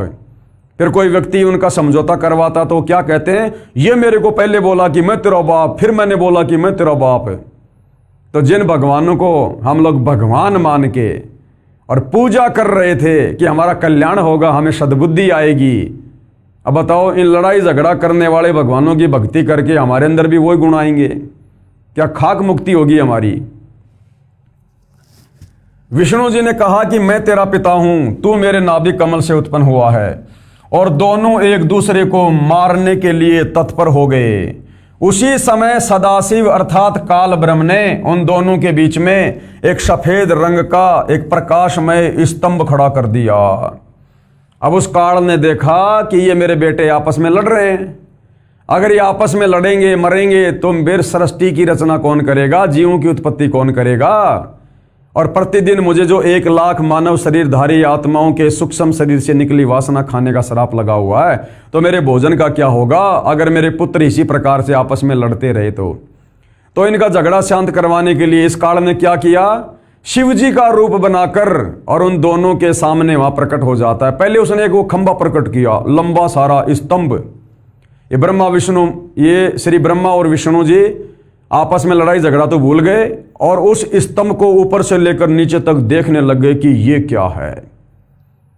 और उसके बाद ये काल वहां पर शंकर का रूप बनाकर और अपनी पत्नी दुर्गा को पार्वती का रूप बनाकर वहां पर प्रकट हो जाता है, क्योंकि अपने रूप में तो प्रकट हो नहीं सकता, इसकी मजबूरी है। इसने सौगंध खा रखी है कि मैं आज के बाद किसी को अपने काल रूप में दर्शन नहीं दूंगा। तो ये क्या करता है, ये ऐसे ही अपने इन पुत्रों का रूप बनाकर प्रकट हो जाता है। तो जिस समय ब्रह्मा और विष्णु जी लड़ रहे थे तो शंकर जी तो वहां थे नहीं, तो उस समय ये शंकर जी का रूप बनाकर वहां पर प्रकट हो गया और उनका युद्ध रुकवाया और उनकी शंका का समाधान किया कि नालायको, तुम भगवान नहीं हो, तुम अपने आप को भगवान समझ बैठे।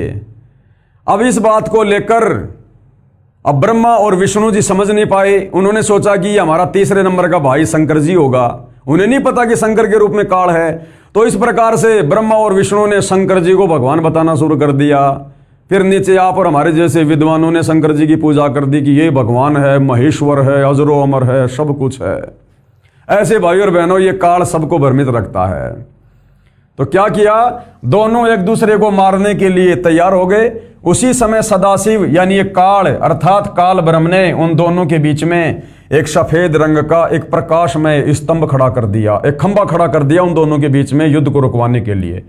उसके पश्चात अपने पुत्र तमगुण शिव के रूप में प्रकट होकर उस स्तंभ को अपने लिंग यानी प्राइवेट पार्ट का आकार दे दिया। ये वर्तमान में जो शिवलिंग की पूजा हिंदू समाज में चल रही है, ये कितनी घटिया और शर्मनाक साधना है। और ना हमारे धर्मगुरुओं को पता, ना हिंदू भाई बहनों को पता कि शिवलिंग क्या है और किस प्रकार से इसकी पूजा शुरू हुई है और इसकी पूजा से हमें क्या लाभ है। इस प्रकार से काल ने छलबल करके आप और हमें उल्टी साधना पर लगाए रखने के लिए ये इस प्रकार की पत्थर पूजा, शिवलिंग पूजा इसने शुरू करवाई। क्योंकि ये काल, ये सदाशिव ये नहीं चाहता कि मेरे 21 ब्रह्मांड में कोई भी प्राणी शास्त्रों के अनुसार शत भक्ति करके उस परम अक्षर ब्रह्म पूर्ण ब्रह्म परमेश्वर की भक्ति करके और मेरे 21 ब्रह्मांड से बाहर चला जाए।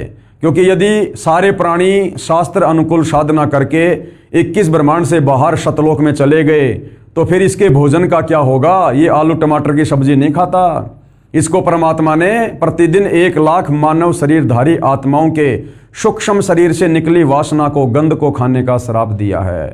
तो जिस कारण से ये किसी को भी सत्य साधना पर नहीं लगने देता है और समाज में इसी प्रकार से इसने पाखंड पूजा शुरू करवा रखी है। भाई और बहनों, जब हमने सृष्टि रचना पढ़ी तो गुरुदेव भगवान ने बताया कि प्रथम बार कबीर परमात्मा इस 21 ब्रह्मांड में जब आए, अपने पुत्र जोगजित का रूप बनाकर, तो सबसे पहले इस काल के साथ में भेंट हुई। तो काल ने परमात्मा से बहुत सारे वचन लिए थे कि ये परमात्मा 3 युग, सतयुग, त्रेता, द्वापर में जीवों को थोड़ा पार करना, सतलोक थोड़े जीव लेकर जाना, 4था युग जब कलयुग आ जाए तब कितने ही जीव पार करना। तो भाई और बहनों, 4था युग, वो कलयुग आने तक इस काल में हम जीवों को इस प्रकार से भक्ति के नाम पर उलझाना था, पत्थरों की पूजा करवानी थी, दुनिया भर के मंदिर, मस्जिद, चर्च, गुरुद्वारे, तरह तरह के धर्म जातियों में बांट दिया, ताकि जब वो परमात्मा इस कलयुग में आकर हमें ज्ञान समझाए, सत्य साधना बताए, तो हम उसकी एक भी बात ना माने और इसी प्रकार से पाखंड पूजा में लगा रहें। तो उसी पाखंड पूजा के तहत इसने शिवलिंग की पूजा शुरू करवाई, यानी काल ने अपने प्राइवेट पार्ट, अपने लिंग की पूजा हिंदू समाज में शुरू करवा रखी है। यानी शर्म आनी चाहिए कि हम लोग सदियों से अज्ञानता के चलते किस चीज की पूजा कर रहे थे। क्या कहा है? उसके पश्चात अपने पुत्र तमगुण शिव के रूप में प्रकट होकर उस स्तंभ को अपने लिंग यानी प्राइवेट पार्ट का आकार दे दिया। उसी दिन से शिव जी का लिंग विख्यात हुआ, यानी उसी दिन से ये शिवलिंग पूजा शुरू गई। लिंग पूजा आरंभ हुई 5वें अध्याय के श्लोक 26 और 31 में। उस काल ब्रह्म ने स्वयं शंकर के रूप में प्रकट होकर उनको बताया। क्या बताया? उन दोनों को क्या कहा? उनको बताया, यानी ब्रह्मा और विष्णु को बताया कि तुम दोनों में से कोई भी कर्ता नहीं है। कर्ता यानी भगवान, कि ब्रह्मा ना तो तू करता है सृष्टि का और ना ये विष्णु करता है सृष्टि का। तुमने यानी ब्रह्मा और विष्णु ने, क्योंकि लड़ाई उन दोनों की हो रही थी, जो अज्ञानता से यानी मूर्खता से अपने आप को ईश यानी भगवान माना, अपने को जगत का स्वामी माना, ये बड़ा ही अद्भुत हुआ। उसी भ्रम को दूर करने के लिए मैं यानी मैं काल, मैं सदाशिव रण स्थल पर आया हूं। यानी तुम जो झगड़ रहे हो ना, मैं यहां पर आया हूं। अब तुम दोनों अपना अभिमान त्याग कर मुझ ईश्वर में अपनी बुद्धि लगाओ। अब ब्रह्मा विष्णु महेश ने सोचा ये हमारा भाई शंकर है, तो इस प्रकार से दोनों फिर उसकी पूजा करने लग गए, अपने से उसको बड़ा मानने लग गए। इस प्रकार से इस काल ने सारा खेल खेला। ये हमारे सदग्रंथों में सब कुछ लिखा हुआ है भाई और बहनों। हे पुत्रो, वो काल, वो सदाशिव क्या कह रहा है ब्रह्मा और विष्णु को? हे पुत्रो, मैंने तुमको तुम्हारे तप के प्रतिफल में जगत की उत्पत्ति और स्थिति रूपी 2 कार्य दिए हैं। यानी ब्रह्मा, तेरे को मैंने रजोगुण से युक्त करके ये उत्पत्ति का एक कार्य भार दिया है, और विष्णु, तेरे को मैंने शतोगुण से युक्त करके स्थिति बनाए रखने के लिए मैंने तेरे को निमित्त बनाया है। इसी प्रकार मैंने शंकर और रुद्र को 2 कार्य, संहार व तिरोगति दिए हैं। अब देख लो भाई और बहनों, ये 5 हो गए, 5। वो सदाशिव क्या कह रहा है कि ब्रह्मा और विष्णु, तुम दोनों को मैंने एक एक कार्य दिए हैं। और फिर क्या कह रहा है? इसी प्रकार मैंने यानी सदाशिव ने शंकर और रुद्र को, अब शंकर और रुद्र ये 2 और हो गए, 2 हो गए ब्रह्मा और विष्णु, 2 हो गए शंकर और रुद्र। फिर ये बोलने वाला कौन है जो शंकर जी के रूप में था? ये काल सदाशिव। इसी प्रकार मैंने शंकर और रुद्र को 2 कार्य, संहार व तिरोगति दिए हैं। मुझे वेदों में ब्रह्म कहा है। क्या कह रहा है? मुझे वेदों में ब्रह्म कहा है। यजुर्वेद अध्याय 40 मंत्र 10 और 15, और चारों वेदों का सारांश पवित्र गीता अध्याय 8 श्लोक नंबर 13। ओम इति एक अक्षर ब्रह्म व्यवहारण माम अनुस्मरण, कि अर्जुन मैं तो ब्रह्म हूं और मेरे सुमरण का ओम मंत्र है। तो ये शिव शंकर के रूप में जो सदाशिव ये काल यहां पर खड़ा है, क्या कह रहा है? मुझे वेदों में ब्रह्म कहा है। मेरे 5 मुख हैं, एक मुख से अकार, दूसरे मुख से उकार, तीसरे मुख से मकार, चौथे मुख से बिंदु तथा 5वें मुख से नाद प्रकट हुए हैं। उन्हीं 5 अवयवों से एकीभूत होकर एक अक्षर ओम बना है। ये मेरा मूल मंत्र है। यानी मेरा मंत्र क्या है? ओम। कौन है ये? सदाशिव काल ब्रह्म। इसलिए गीता का ज्ञानदाता कौन? सदाशिव काल ब्रह्म। ये अपना मंत्र क्या बता रहा है? ओम। और गीता अध्याय 8 श्लोक नंबर 13 में गीता ज्ञानदाता क्या कह रहा है? ओम इति एक अक्षर ब्रह्म व्यवहारण माम अनुशमरण ये परियाति तजन देहम शयाति परमाम गतम, कि अर्जुन मेरे जाप का केवल एक ओम मंत्र है। तो गीता का ज्ञान श्री कृष्ण जी ने नहीं, बल्कि श्री कृष्ण जी के शरीर में प्रवेश करके इस काल ब्रह्म ने, इस सदाशिव ने, इस ज्योति निरंजन ने दिया, जिसका ओम मंत्र है। शिव पुराण के इस उल्लेख से यह भी सिद्ध हुआ कि मेरे को ब्रह्म कहते हैं। क्या कहते हैं? ब्रह्म, कि वेदों में मुझे ब्रह्म कहा है। तो शिव पुराण के इस उल्लेख से यह भी सिद्ध हुआ कि मेरे को ब्रह्म कहते हैं। और पांच अक्षरों से बना एक ओम मेरा मूल मंत्र यानी नाम है, जो मेरी साधना है। गीता अध्याय 8 श्लोक नंबर 13, गीता अध्याय 8 श्लोक 13 में भी इसी ब्रह्म ने कहा है कि माम ब्रह्म यानी मुझ ब्रह्म का सुमरण करने का एक ओम अक्षर है। इससे भी स्वयं सिद्ध है कि गीता का ज्ञान काल रूप ब्रह्म ने श्री कृष्ण के शरीर में प्रेतवत प्रवेश करके बोला है। अब भाइयों और बहनों, बिल्कुल क्लियर कर दिया है हमारे सदग्रंथों ने, श्री संक्षिप्त शिव पुराण ने, कि ब्रह्मा विष्णु महेश की उत्पत्ति शिव और शिवा यानी काल और दुर्गा से हुई है, और यही इनका पिता है और दुर्गा इनकी माता है। और ये नाशवान भगवान हैं, इनकी जन्म और मृत्यु होती है ब्रह्मा विष्णु महेश की। और इसी काल ब्रह्म ने शंकर जी का रूप बनाकर लड़ाई कर रहे ब्रह्मा और विष्णु के बीच में स्तंभ खड़ा करके, उसके बाद उसको अपने प्राइवेट पार्ट, अपने लिंग का आकार देकर और संसार में ये पाखंड पूजा, ये शिवलिंग की पूजा शुरू करवा दी। तो सारा का सारा छलबल इस काल ब्रह्म का। अब क्या कह रहे पूज्य गुरुदेव भगवान, ध्यान से सुनिएगा।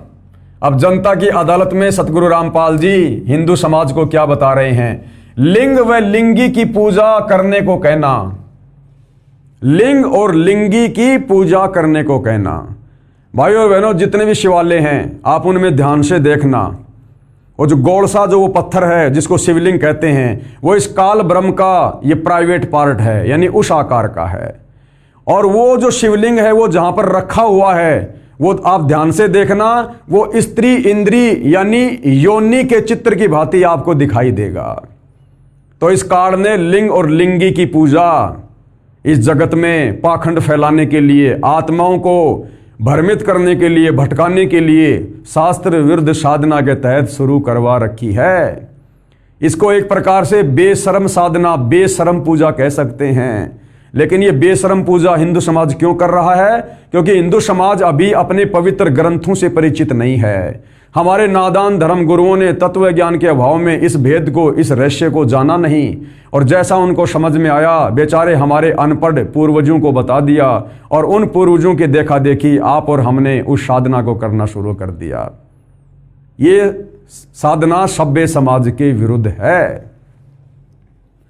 लिंग व लिंग की पूजा करने को कहना, काल ब्रह्म ने अपने लिंग यानी प्राइवेट पार्ट तथा स्त्री की लिंगी यानी प्राइवेट पार्ट की पूजा करने को कहा है। जो मंदिरों में शिवलिंग स्थापित किया होता है उसको ध्यान से देखा जाए तो पता चलता है, क्या पता चलेगा? पता चलता है कि पत्थर की लिंगी स्त्री की योनि में, वो पत्थर का लिंग यानी शिव का लिंग यानी पेशाब इंद्री वो प्रवेश की हुई है।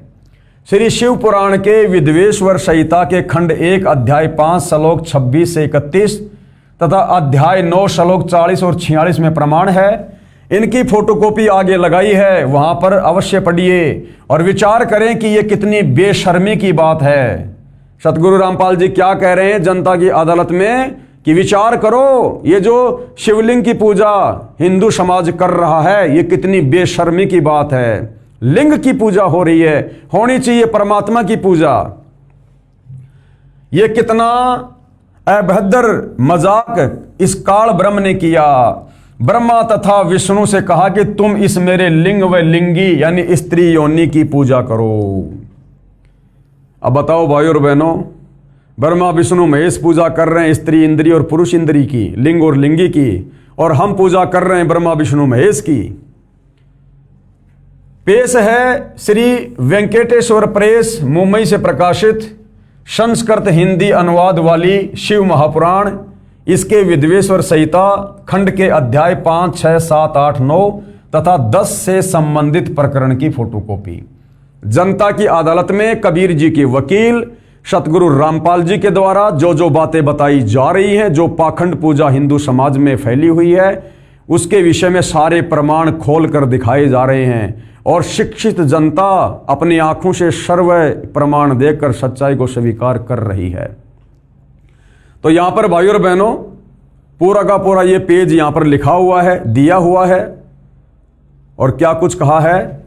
हे योगिंद्र, मैं उस लिंगाविर्भाव लक्षण सुनना चाहता हूं। नंदिकेश्वर बोले, हे वत्स सुनो, मैं तुम्हारी प्रीति से कहता हूं। पूर्व काल में जो पहला जो कल्प था, जो लोक में विख्यात है, उस समय महात्मा ब्रह्मा और विष्णु का ये परस्पर युद्ध हुआ। जो सतगुरु रामपाल जी ने बताया वही हमारे पवित्र सदग्रंथों में लिखा हुआ है कि एक बार श्री ब्रह्मा और विष्णु का आपस में युद्ध हुआ। उनके मान दूर करने को, यानी उनको जो ये अहंकार था कि मैं भगवान, उनके इस मान को दूर करने को उनके बीच में निष्कल परमात्मा ने, यानी सदाशिव इस काल ने स्तंभ रूप अपना स्वरूप दिखाया। तब जगत के हित की इच्छा से निर्गुण शिव ने, यानी उस काल ब्रह्म ने, उस तेजोमय स्तंभ से अपने लिंग का स्वरूप बनाया, अपने लिंग का स्वरूप बना दिया उस स्तंभ को। और उसी दिन से लोक में वह निष्कल शिव जी का लिंग विख्यात हुआ और उसी दिन से ये पाखंड पूजा, शिवलिंग की पूजा शुरू हो गई। बाद में यहां पर ये संस्कृत लिखी हुई है। सगुण में बेर रूप की कल्पना की गई। देवताओं की वह बेर पूजा इच्छानुसार भोगों को देने वाली है, परंतु शिव का लिंग बेर, भोग और मोक्ष दोनों का देने वाला है। इति शिव महापुराणे, यह बाद में यहां पर यह संस्कृत में लिखा हुआ है। हे नंदिकेश्वर बोले, हे योगिंद्र, आगे एक समय विष्णु भगवान शेष शैया पर अपने गरुड़ आदि पार्षदों संयुक्त लक्ष्मी सहित शयन करते थे, यानी विश्राम कर रहे थे। उस समय ब्रह्म ज्ञानियों में श्रेष्ठ ब्रह्मा जी अपनी इच्छा से ही वहां पर आए। सब प्रकार सुंदर सेज पर शयन करते हुए कमल लोचन विष्णु जी से पूछने लगे, तुम कौन हो जो मुझे देखकर अभिमानी व्यक्ति के समान शयन करते हो? हे वत्स, हे बेटा, उठो, देखो मैं तुम्हारा स्वामी आया हूं। आए हुए गुरु को देखकर जो अभिमान करता है उस द्रोही मूढ़ का प्रायश्चित होना निश्चित है। और यहां पर श्री ब्रह्मा जी को ब्रह्म ज्ञानियों में श्रेष्ठ, और बातें क्या कर रहा है? अहंकार वाली। अब ये सुनकर विष्णु जी के अंतर में, यानी श्री विष्णु जी के हृदय में तो क्रोध हुआ, परंतु बाहर से शांत रहे और बोले, हे वत्स, हे बेटा, तुम्हारा मंगल हो, बैठो इस आसन पर विराजो। इस समय तुम्हारा नेत्र कुटिल और तुम्हारा मुख वक्र क्यों हो रहा है? विष्णु जी बोले ब्रह्मा जी को, तेरा मुंह टेढ़ा क्यों हो रहा है इस समय? क्या बात हो गई? बैठ, शांति से बात करते हैं।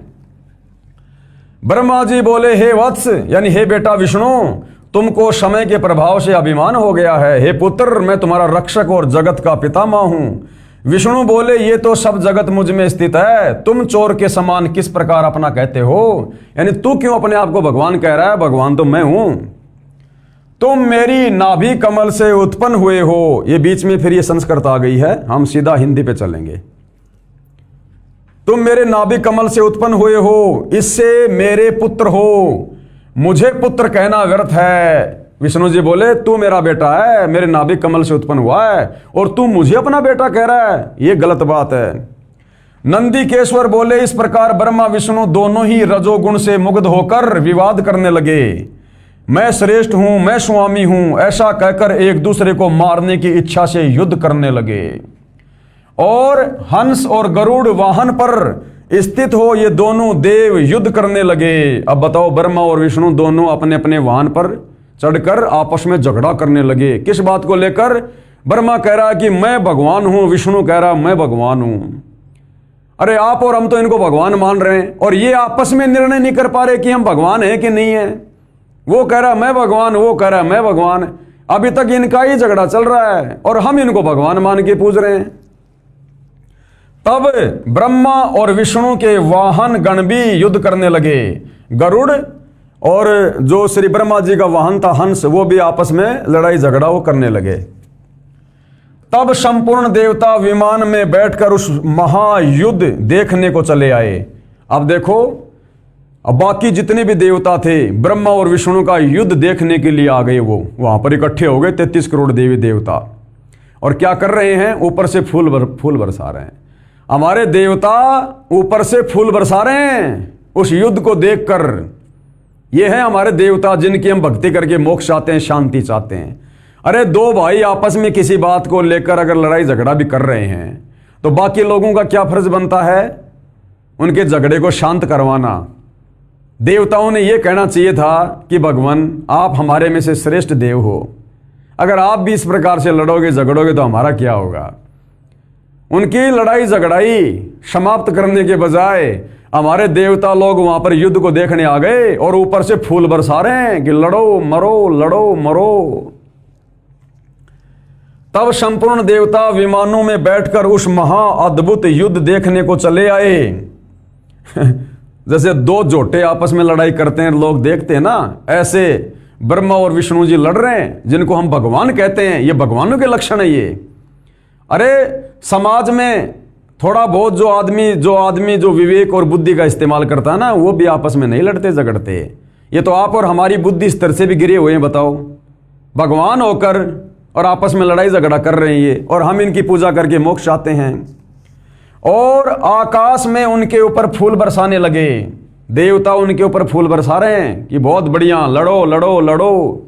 जैसे दो पहलवान आपस में लड़ते हैं और दुनिया तालियां बजाती है।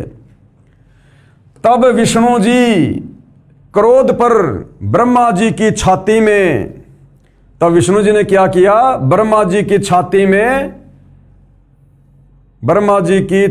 में आगे का प्रकरण ही कटा हुआ है भाई और बहनों। हे कुमार, इस प्रकार मधुर वाणी से पार्वती पति शंकर ने उन सब देवताओं को संतुष्ट किया। तब शिव ने अपने 100 गणों उस समर स्थान में जाने की आज्ञा दी जहां ब्रह्मा और विष्णु थे। तब शंकर के पयान समय में अनेक प्रकार के बाजे बजने लगे, अनेक प्रकार के वाहनों पर चढ़ विविध भूषण पहरे गणेश्वर चलने को उद्यत हुए। प्रणव के समान आकाश से सर्वत्र व्याप्त पंचमंडल से मंडित भद्र रथ में अंबिकापति गिरीश चढ़े और पुत्र तथा गण भी संग हुए। उस समय इंद्रादि देवता उनके पीछे चलने लगे। सुंदर ध्वजा जैन चमर पुष्प वर्षा संगीत नृत्य बाजू से सम्मानित हो शिवजी पार्वती सहित ब्रह्मा विष्णु के निकट समर भूमि में सेना सहित गए। जाकर मेघों के मध्य में छिपकर, बादलों की ओट में छिपकर हमारे शंकर और पार्वती जी भी युद्ध देखने लगे। आगे देखिएगा, उनका निरंतर होने वाला युद्ध देखा। यानी शंकर और पार्वती जी ने भी और गणेश आदि ने भी बादलों की ओट में छुपकर उनका युद्ध देखा, आनंद ले रहे थे उनकी लड़ाई का। उस समय बाजों की ध्वनि नहीं हो रही थी और बड़ा गणों का भी शब्द शांत हो गया था। उस समय ब्रह्मा और विष्णु आपस में एक दूसरे को मारने की इच्छा से माहेश्वर और पाशुपाते तथा अस्त्रों की ज्वाला मानव त्रिलोकी भस्म करने लगे। जैसे मिसाइल वगैरह छोड़ देते हैं, इस प्रकार से वो अपने अस्त्र शस्त्रों को छोड़ के और भयंकर तरीके से युद्ध करने लगे। तब शिवजी वह अकाल प्रलय देखकर महाअग्नि के स्तंभ के समान, महाभयंकर आकृति के समान उन दोनों के बीच में वह निर्गुण ब्रह्म स्थित हुए। फिर आ गया वो काल। काल ने देखा ये मरेंगे आपस में, और ये मरेंगे तो फिर मेरे भोजन का क्या होगा। फिर काल वहां पर आ गया स्तंभ रूप बनाकर। वह लोक क्षय करने में समर्थ अस्त्र उस महाअग्नि के प्रकट होते ही क्षण मात्र में निपतित हो गए। यह अस्त्र शांत होने का अद्भुत चित्र देख ये अद्भुत आकार क्या है, ऐसा ब्रह्मा और विष्णु आपस में कहने लगे। जब वो स्तंभ बीच में आ गया तो ये ब्रह्मा और विष्णु आपस में लड़ाई झगड़ा तो भूल गए और ये बात करने लगे कि ये बीच में क्या आके खड़ा हो गया, ये लंबा चौड़ा स्तंभ, ना इसका कोई और है ना कोई छोर है। ये इंद्रिय अगोचर स्तंभ, इंद्रिय अगोचर यानी ये प्राइवेट पार्ट लिंग की तरह दिखाई देने वाला अग्नि पशा क्या उठा है। हम दोनों को इसका ऊपर और नीचे का भाग देखना चाहिए कि ये कहां से हुआ है। इस प्रकार कहे वह दोनों वीर मानी परस्पर मिलकर उसकी परीक्षा करने को बहुत शीघ्रता से गए। एक तो ऊपर चला गया, एक नीचे चला गया देखने के लिए कि ये क्या है। हम दोनों के मिलने से ये कार्य नहीं होगा, ऐसा कहकर विष्णु शंकर शरीर धारण कर उनके मूल भाग देखने को नीचे चले गए और ब्रह्मा जी हंस का रूप धार उसके ऊपर का भाग देखने के लिए चल पड़े। भाग देखने को गए, हरि पाताल स्थान को भेद कर दूर तक चले गए, परंतु उस अग्नि समान प्रज्वलित स्तंभ का पार नहीं पाया और शांत होकर हरि यानी विष्णु उस युद्ध स्थान में चले आए। और ब्रह्मा जी आकाश मार्ग से चले आए। उन्होंने कहा केतकी का किंचित होना अद्भुत पुष्प देखा, यद्यपि वो बहुत वर्षा से टूटा था परंतु उसमें बड़ी सुगंध थी और मलिन न था। ब्रह्मा और विष्णु के इन कृत्यों को देखकर भगवान परमेश्वर ने स्तंभ है सो जगत के दर्शन और पूजा के निमित्त अणु मात्र बहुत छोटा हो जाएगा, ये लिंग मुक्ति और मुक्ति का साधन होगा। यानी काल ने वो लिंग की पूजा शुरू करवा दी, क्या कहकर ये लिंग मुक्ति और मुक्ति का साधन होगा। इसके दर्शन स्पर्श और ध्यान से ही प्राणियों के जन्म मरण छूट जाएंगे। ब्रह्मा विष्णु महेश का तो छूट गया, उस लिंग के दर्शन करके पूजा करके आप और हमारा भी छूट जाएगा। जो अग्नि पर्वत के समान प्रादुर्भूत हुआ है सो यह अरुणाचल नाम से जगत में विख्यात होगा, या बड़ा भरी तीर्थ होगा, या प्राणियों के निवास करने या तनु त्यागने से मुक्ति हो जाएगी। यानी उस शिवलिंग के पास जाके शरीर छोड़ने से कह रहा है कि लोगों की मुक्ति हो जाएगी, फिर भक्ति की क्या जरूरत है। रथ यात्रा उत्सव कल्याण और जनों के निवास योग्य स्थान होगा, यहाँ किया हुआ जप तप हवन ये करोड़ गुना हो जाएगा। उस शिवलिंग के पास जाके जहाँ पर वो स्थापित कर दिया गया वहाँ बैठकर मंत्र जाप करने से कहते हैं बड़ी मुक्ति मिल जाएगी। यानी काल ने पाखंड पूजा शिवलिंग की पूजा शुरू करवानी थी, उसने करवा दी। हमारे सब क्षेत्रों से ये श्रेष्ठ होगा, यहाँ मेरा स्मरण करते ही प्राणी मुक्त हो जाएंगे। इस कारण ये क्षेत्र महान और अत्यंत शोभित होगा, सब प्रकार के कल्याणदायक और सब प्रकार मुक्तिदायक होगा। जो यहाँ लिंग में मुझ लिंगेश्वर की पूजा करेंगे उन्हें शालों के सामीप्य शारूप सराष्टि यानी 4 प्रकार की मुक्ति मिलेगी। साजुष्य ये पांचों मुक्ति 5 प्रकार की मुक्तियां ये क्रिया के फलों का प्राप्त हो जाएगी और यहाँ पूजन करने से तुम सबकी मनोकामना प्राप्त होगी। नंदीकेश्वर बोले इस प्रकार भगवान ने यानी उस काल ब्रह्म ने उन नम्र हुए यानी शांत हो चुके ब्रह्मा और विष्णु पर अनुग्रह करके उनके युद्ध में जो परस्पर उनकी सेना मारी गई थी सब उनको अपनी शक्ति से जीवित किया और उठाया, जिस शक्ति में अमृत की धारा रहती है, और उन दोनों की अज्ञानता और वैर को दूर करने के अर्थ दोनों से कहा। क्या कहा उस काल में ब्रह्मा और विष्णु से, मेरे सकल और निष्कल भेद 2 रूप हैं परंतु और ईश्वर नहीं, इस कारण उनमें 2 रूप नहीं हो सकते। पहला स्तंभ रूप और पीछे मूर्तिमान रूप धारण किया, इसमें ब्रह्म रूप निष्फल है और ईश रूप सगुण है।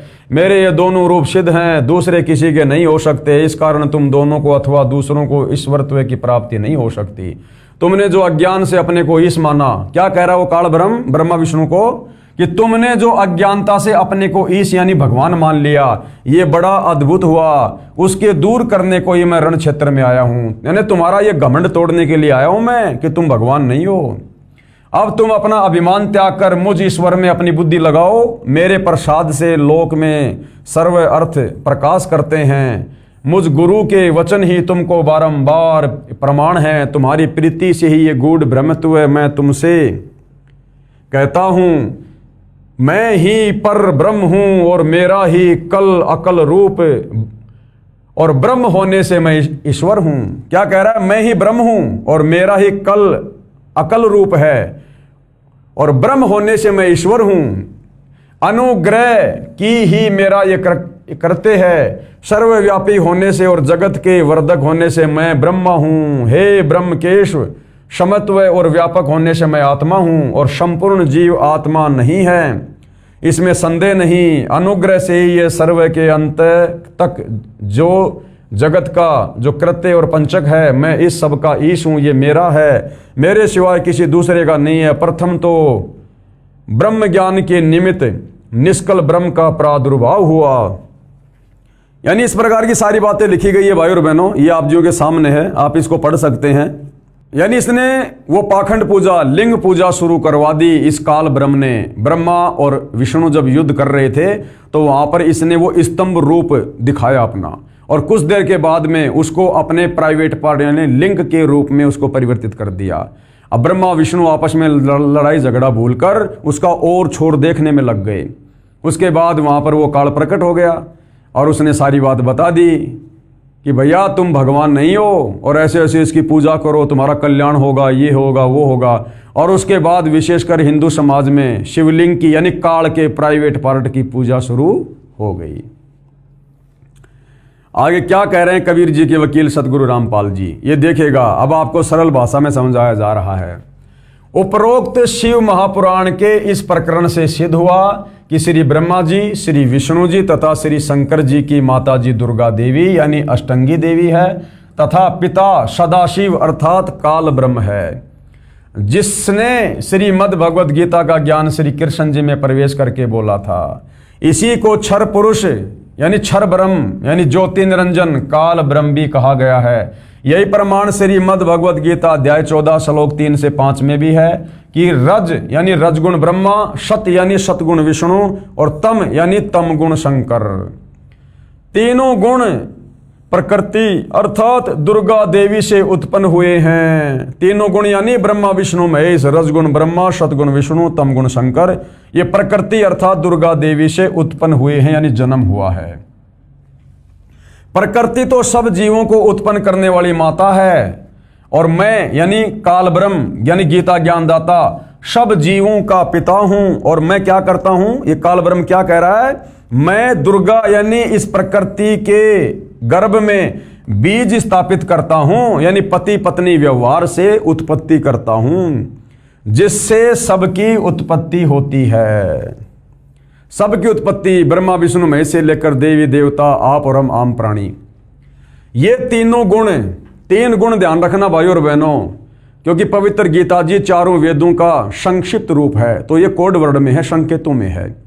तो जहां पर भी ये तीन गुण आते हैं, ये त्रिगुणी माया का नाम आता है, तो समझ जाना रजगुण ब्रह्मा, सतगुण विष्णु, तमगुण शंकर, ये तीनों देवता हैं और ये तीनों गुण हैं। ये तीनों गुण यानी रजगुण ब्रह्मा, सतगुण विष्णु तथा तमगुण शिव ही जीव आत्मा को यानी आप और हम मानव शरीरधारी इन प्राणियों को शरीर में बांधते हैं, यानी सब जीवों को काल के जाल में फंसा कर रखने वाले ये ही तीनों देवता हैं। ये ब्रह्मा विष्णु महेश सब जीवों को काल के जाल में फंसा कर रखते हैं, जिनको हम भगवान मानकर पूजा कर रहे हैं। अरे जो हमें फंसा रहा है उसकी पूजा करने से हम कैसे मुक्त हो जाएंगे। अब जैसे कोई कसाई है 10-20 बकरे ले आया, वो बकरे अगर उस कसाई की पूजा करेंगे तो कैसे बचेंगे, वो तो लाया उनको काटने के लिए है। तो ब्रह्मा विष्णु महेश का कार्य अपने पिता काल ब्रह्म की उस प्रेरणा से हम जीव आत्माओं को इन कर्म बंधनों में बांध कर फंसा के रखने का है, तो इनकी भक्ति से हमारी मुक्ति नहीं हो सकती। ये ही तीनों देवता हैं और यही प्रमाण गीता अध्याय 7 श्लोक 12 से 15 में है कि जिनकी बुद्धि तीनों गुणों यानी रजगुण ब्रह्मा, सतगुण विष्णु तथा तमगुण शिव से मिलने वाले क्षणिक लाभ तक सीमित है कि ब्रह्मा विष्णु महेश हमें कुछ लाभ देंगे, यानी जिनका ज्ञान हरा जा चुका है, यानी जो ब्रह्मा विष्णु महेश की भक्ति करते हैं। गीता जी अध्याय 7 श्लोक नंबर 12 से 15 में गीता ज्ञानदाता काल ब्रह्म, ब्रह्मा विष्णु महेश यानी तीनों गुण रजगुण ब्रह्मा, सतगुण विष्णु, तमगुण शंकर, इन तीनों की पूजा करने वाले को 4 गालियां दे रहा है।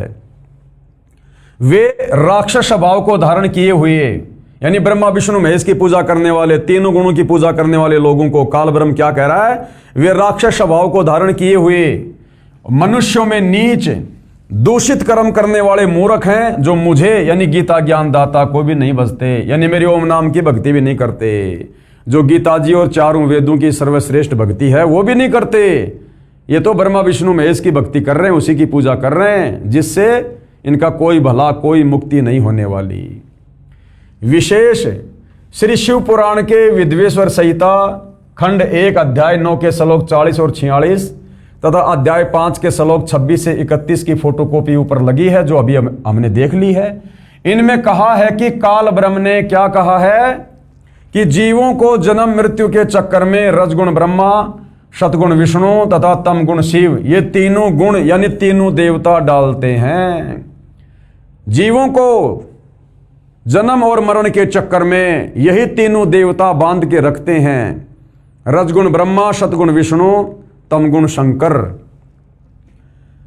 अपना बचाव कर रहा है कौन? ये काल अपना बचाव कर रहा है। ब्रह्मा विष्णु महेश के ऊपर डाल दिया सारा कूड़ा करकट कि ये तीनों देवता भाई जो तुम लोगों को कर्म बंधनों में बांध के रखते हैं। और बंधवा कौन रहा है? ये काल। तीनों देवताओं को एक एक गुण से युक्त इस काल ने कर रखा, अपने भोजन के लिए, अपने स्वार्थ के लिए, लेकिन बुराई अपने सिर नहीं ले रहा, इन तीनों के ऊपर डाल रहा है कि जीव आत्माओं को कर्म बंधनों में ये ब्रह्मा विष्णु महेश ये तीनों गुण ही डालकर रखते हैं, फंसा कर रखते हैं।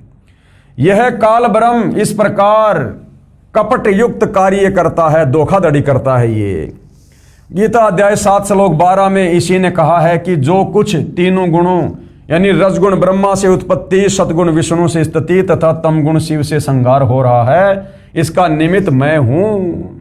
यानी मुख्य जो कर्ता धरता है 21 ब्रह्मांड में हम जीव आत्माओं को जन्म और मरण के चक्कर में डाले रखने के लिए, ये मुख्य कारण काल ब्रह्म है।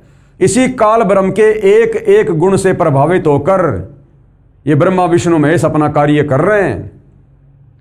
विष्णु जी के सतोगुण के प्रभाव से जीवों की स्थिति, ब्रह्मा जी के रजोगुण के प्रभाव से हम संतान उत्पत्ति करते हैं, और तमगुण शंकर जी के तमोगुण के प्रभाव से आपस में लड़ाई झगड़ा, मार पिटाई वगैरह। तो मूल कारण कौन है? ये काल ब्रह्म है।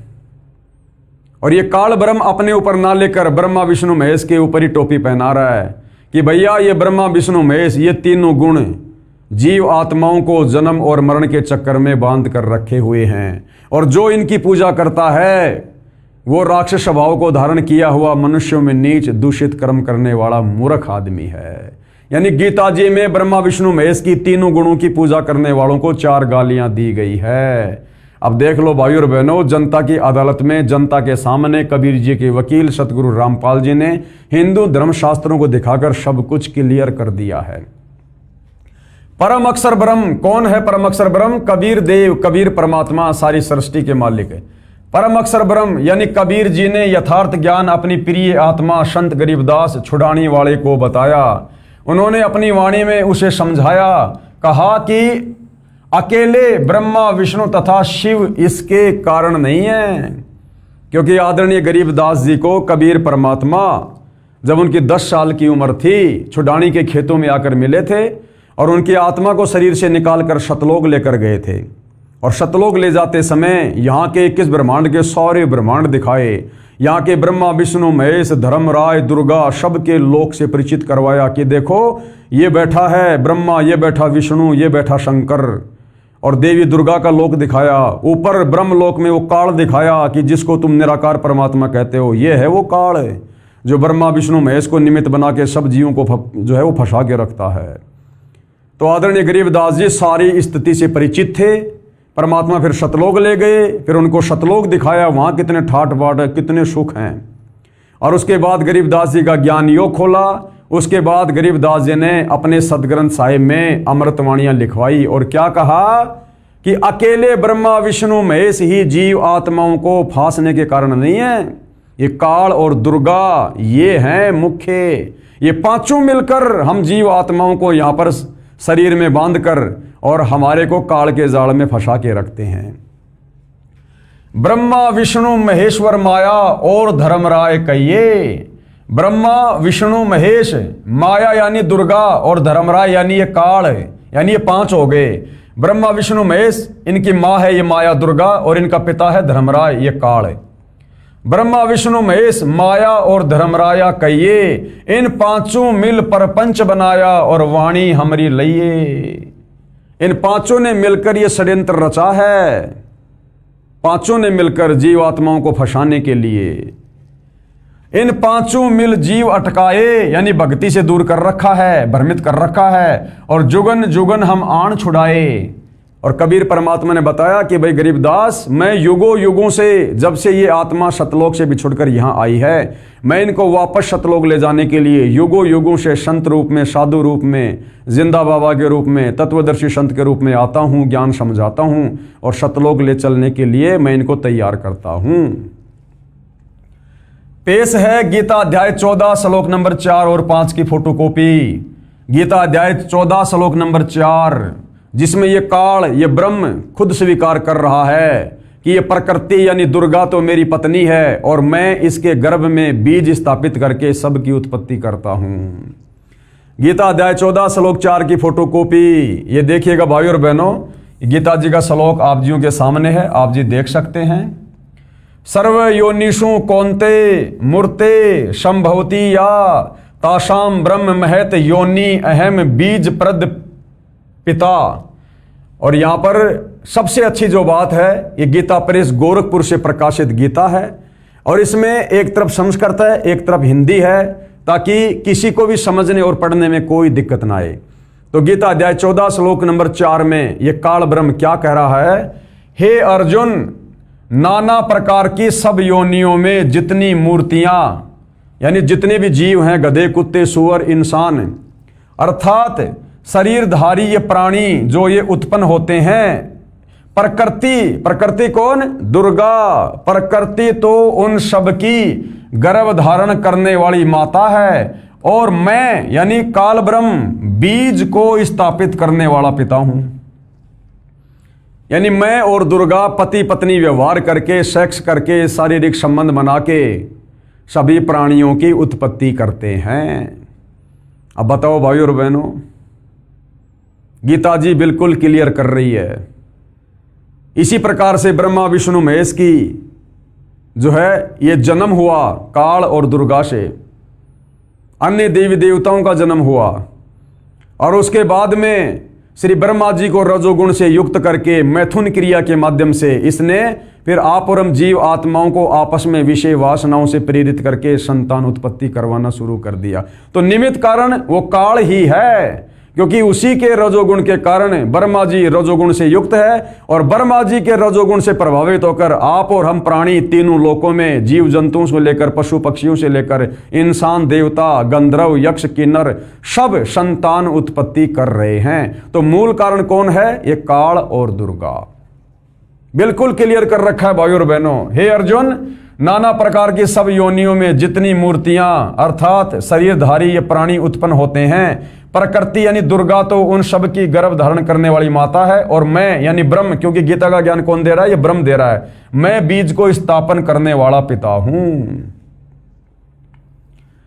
आगे देखिए गीता जी अध्याय 14 श्लोक नंबर 5 की फोटोकॉपी।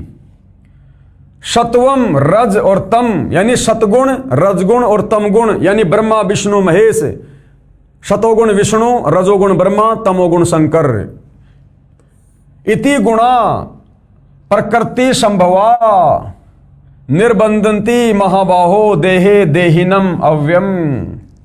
हे अर्जुन, सतोगुण, रजोगुण और तमोगुण ये प्रकृति से उत्पन्न तीनों गुण, प्रकृति से उत्पन्न तीनों गुण। प्रकृति कौन? दुर्गा, और तीनों गुण कौन? ब्रह्मा विष्णु महेश। अविनाशी जीव आत्मा को शरीर में बांधते हैं। आप और हम सभी जो आत्माएं जो सतलोक से आई थी, हम सब अविनाशी हैं, आत्मा कभी नहीं मरती। तो ये क्या कह रहा है कि इस प्रकृति यानी इस दुर्गा से उत्पन्न ये तीनों गुण, रजगुण, सतगुण, तमगुण यानी ब्रह्मा विष्णु महेश, अविनाशी जीव आत्मा को और शरीर में बांध के रखते हैं। यानी ब्रह्मा जी के द्वारा आप और हमारा जन्म होता है, हम आत्माएं फिर शरीर में बंध जाती है, स्त्री या पुरुष, गधा, कुत्ता, शुअर। इस प्रकार से ये हमें यहां पर बांध के रखते हैं तीनों देवता ब्रह्मा विष्णु महेश। और ये तीनों रज, तम और शत यानी ब्रह्मा विष्णु महेश, ये किससे है उत्पन्न? प्रकृति से उत्पन्न, प्रकृति से उत्पन्न। प्रकृति यानी दुर्गा, और दुर्गा के उस गर्भ में बीज रोपण कौन करता है? ये काल ब्रह्म। तो ब्रह्मा विष्णु महेश के माता पिता कौन हुए? दुर्गा और काल। और दुर्गा और काल ने ब्रह्मा विष्णु महेश के माध्यम से हम सबको यहां पर कर्म बंधनों में बांध रखा है। और वो कबीर परमात्मा दयालु परमेश्वर शतलोक से चलकर तत्वदर्शी संत के रूप में धरती पर प्रकट होकर हमें यथार्थ शास्त्र अनुकूल ज्ञान बताकर आप और हमें सत भक्ति देकर इसी कर्म बंधन से मुक्त करवाकर शतलोक ले चलने के लिए आता है, जिस सतलोक में जाने के बाद फिर कभी लौट कर हम संसार में वापस नहीं आते, जिसके विषय में यही गीता ज्ञानदाता काल ब्रह्म अध्याय 18 श्लोक 62 में कह रहा कि अर्जुन तू सर्वभाव से उस परमेश्वर की शरण में जा, यानी अपने से अन्य उस सुप्रीम गॉड परम अक्षर ब्रह्म कबीर देव के लिए कह रहा है कि तू सर्वभाव से यानी सब पूजा पाठ छोड़कर उस परमेश्वर की शरण में जा तत्वदर्शी संत के माध्यम से। फिर तू कभी संसार में लौटकर वापस नहीं आएगा, कभी भी फिर तू इन कर्म बंधनों में नहीं बंधेगा, तू सदा सदा के लिए मुक्त हो जाएगा, शतलोक चला जाएगा। यही सच्चाई 600 साल पहले कबीर जी ने बताई थी, जो आज सब ग्रंथों से प्रमाणित हुई, जो इस प्रकार है। अब यही सारी की सारी सच्चाई भाई और बहनों जो हमारे हिंदू धर्म ग्रंथ बता रहे हैं, हमारे धर्मशास्त्र बता रहे हैं, यही सारी की सारी सच्चाई आज से 650 साल पहले कलयुग के प्रथम चरण में सन 1398 में कबीर परमात्मा शतलोक से चलकर लहर तारा तालाब पर कमल के विकसित फूल पर प्रकट हुए। उसके बाद लीला करते हुए बड़े हुए और 120 साल तक अपना ज्ञान दिया। यही सारी बातें अपनी साधारण भाषा में कबीर वाणी में, जिसको सूक्ष्म वेद 5वां वेद कहते हैं, जो कबीर सागर है, उन्होंने बोला, 120 साल तक समझाया। लेकिन उस समय हम अनपढ़ थे, शिक्षा का अभाव था, केवल हमारे धर्मगुरु यानी ब्राह्मण लोग ही शिक्षा प्राप्त किया करते थे और हमारे सभी धर्मशास्त्र संस्कृत में थे, जिस कारण से हम इनको पढ़ नहीं सकते थे। और जैसा इन ब्राह्मणों ने हमारे को बताया वैसा ही हमने स्वीकार कर लिया। और उस समय कबीर परमात्मा सरेआम और यही बातें जो आज हमारे धर्मशास्त्रों में लिखी हुई हैं, दुर्गा को लेकर, काल ब्रह्म को लेकर, ब्रह्मा विष्णु महेश को लेकर, जन्म मरण को लेकर, यही गीता का ज्ञान अपनी कबीर वाणी में बोला करते थे। लेकिन हमारे नादान धर्म गुरुओं ने देखा कि ऐसे तो हमारा धंधा चौपट हो जाएगा। आंखों सच्चाई देखकर जो कबीर परमात्मा कहते थे, देखो फला अध्याय में फला श्लोक में ये लिखा है, आंखों देखने के बाद भी ये धर्मगुरु, ये पंडित, ये ब्राह्मण जनता के सामने कबीर जी को झूठा साबित कर दिया करते थे कि कबीर झूठ बोल रहा है। और कहते थे कि कबीर को क्या पता इन शास्त्रों में क्या लिखा है, कबीर तो जुलाहा है, ये तो अनपढ़ है, इसको संस्कृत भाषा का पता ही नहीं है। और आप और हम नादान ये वास्तव में मान लिया करते थे कि वास्तव में कबीर जी तो अनपढ़ है, ये तो जुलाहा है, इसको तो संस्कृत आती नहीं, ये तो कभी स्कूल गया ही नहीं, इसको तो पढ़ने का अधिकार ही नहीं, फिर ये क्या जाने इन धर्मशास्त्रों में क्या लिखा है, अर्थात कबीर झूठ बोल रहा है। तो उस समय भाइयों और बहनों दाव लग गया, इन नादान धर्मगुरुओं का दाव लग गया। बात बात पर कह दिया करते थे कबीर अनपढ़ है, कबीर को क्या पता संस्कृत का। और हम लोग मान लिया करते थे कि भाई वास्तव में बात तो सही है, कबीर जी को क्या पता संस्कृत का, कबीर जी को क्या पता इन वेदों का, कभी इसने पढ़े नहीं, कभी देखे नहीं, तो कबीर झूठ बोल रहा है। इस कारण से भाइयों और बहनों ये सच्चाई दबी की दबी रह गई। लेकिन आज वही कबीर पुनः 8 सितंबर 1951 को गांव धनाना जिला सोनीपत हरियाणा में प्रकट हो चुका है। सन 1994 से अपने यथार्थ 13वें कबीर पंथ की शुरुआत करके जन जन तक ज्ञान पहुंचा दिया है। ये धर्मशास्त्र लिख दिए हैं, सच्चाई जनता के सामने पेश कर दी है। आज वो दाव इन नादान धर्मगुरुओं का नहीं लगेगा। क्यों? क्योंकि आज उस कबीर भगवान सतगुरु रामपाल जी ने आप और हमें शिक्षित कर दिया है। आज हम अपनी आंखों से धर्मशास्त्रों में लिखी सच्चाई देख सकते हैं, पढ़ सकते हैं, समझ सकते हैं। आज हम किसी के बहकावे में नहीं आएंगे। तो भाई और बहनों, आज ये ज्ञान जन जन तक जाएगा और जा चुका है, और आने वाले समय में विस्फोट होगा।